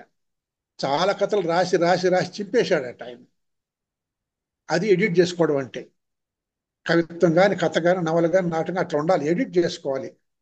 ఈ గ్రంథం మనకు ఈరోజు ఈ ప్రసంగం వల్ల రచయితలు కానీ విమర్శకులు కానీ తమను తాము ఎడిట్ చేసుకోవాలి అనే సూత్రం మనకు దొరికింది. దానికి దార్ల వారి కృతజ్ఞతలు. తర్వాత పింగళి లక్ష్మీకాంతం గారికి ఆధునిక కవిత్వం అంటే ఏమిటో తెలియదు అని శ్రీపాద గోపాలకృష్ణమూర్తి అన్నట్లుగా మనకు తెలియజేశారు. మానసత్వము మానవత్వం అనేటువంటి సిద్ధాంతం ఈ గ్రంథంలో ఉన్నట్టుగా దార్ల తెలియజేశారు.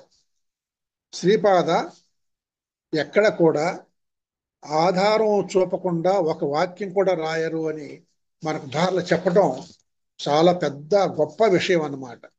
ఉబుసుపోకగా గాలివాటుగా మాట్లాడకూడదు. విమర్శకులు ఆధార సహితంగా మాట్లాడాలి. ప్రబంధ కవుల మీద శ్రీపాద చేసినటువంటి సహేతుకుని విమర్శను దారిలో మనకు గుర్తు చేశారు. అలాగే విశ్వనాథను కృష్ణశాస్త్రిని మనం కొత్తగా అర్థం చేసుకోవటానికి ఈ గ్రంథం ఉపయోగపడుతుంది అని ఒక మంచి మాట చెప్పారు దార్ల.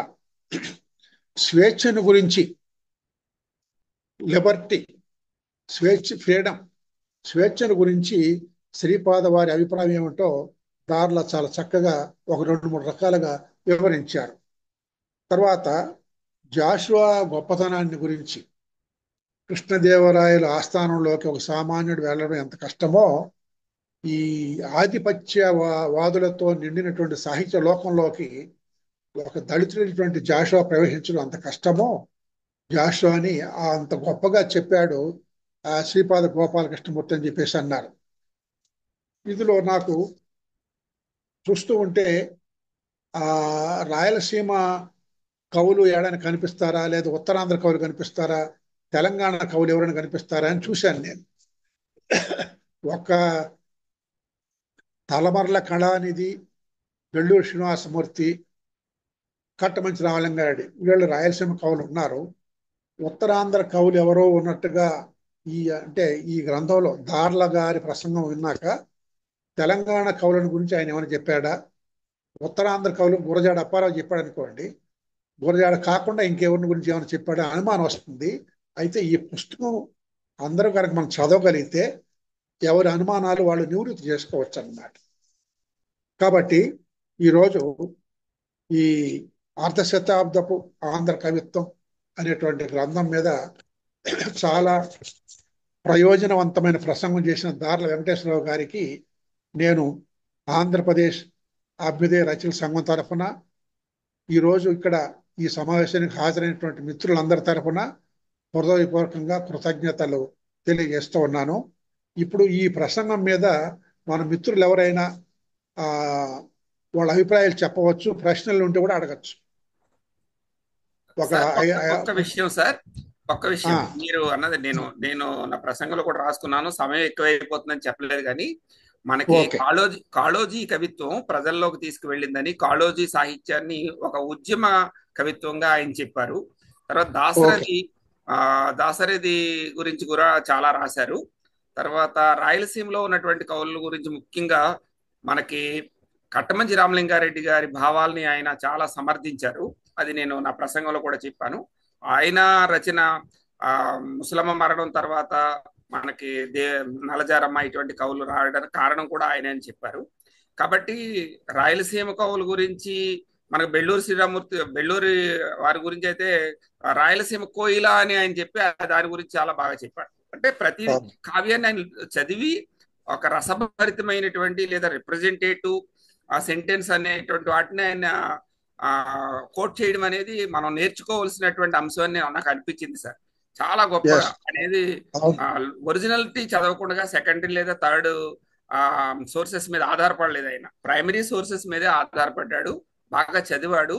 ఆయన ఫిజిక్స్ లో ఆయన లెక్చరర్ అయినా కానీ పద్య కవిత్వం మీద బాగా పట్టున్నటువంటి వాడు.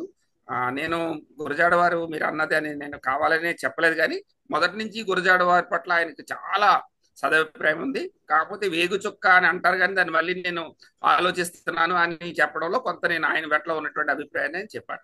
ధన్యవాదాలు సార్, మీ వ్యాఖ్యలు నాకు ఎంతో ప్రోత్సాహకరంగా ఉన్నాయి. ధన్యవాదాలు. చాలా సంతోషం. అంత మీరు ఖాళీలు పూరించేశారు.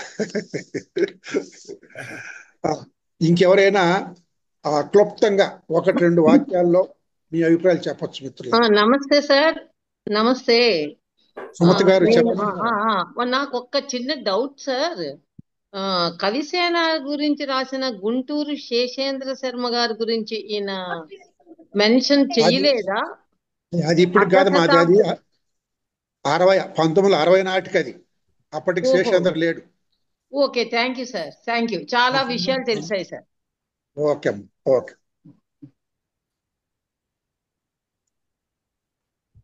ఇంకెవరైనా మిత్రులారా? ఎవరు హ్యాండ్ రైట్ చేయడం లేదు. సరే, నేను ఎంచుకున్న వాళ్ళంతా మంచి ప్రసంగం చేశారు, మంచి ప్రసంగం చేశారు వెంకటేశ్వరరావు సారు. ఆయనకి మూర్తి గారు చెప్పండి.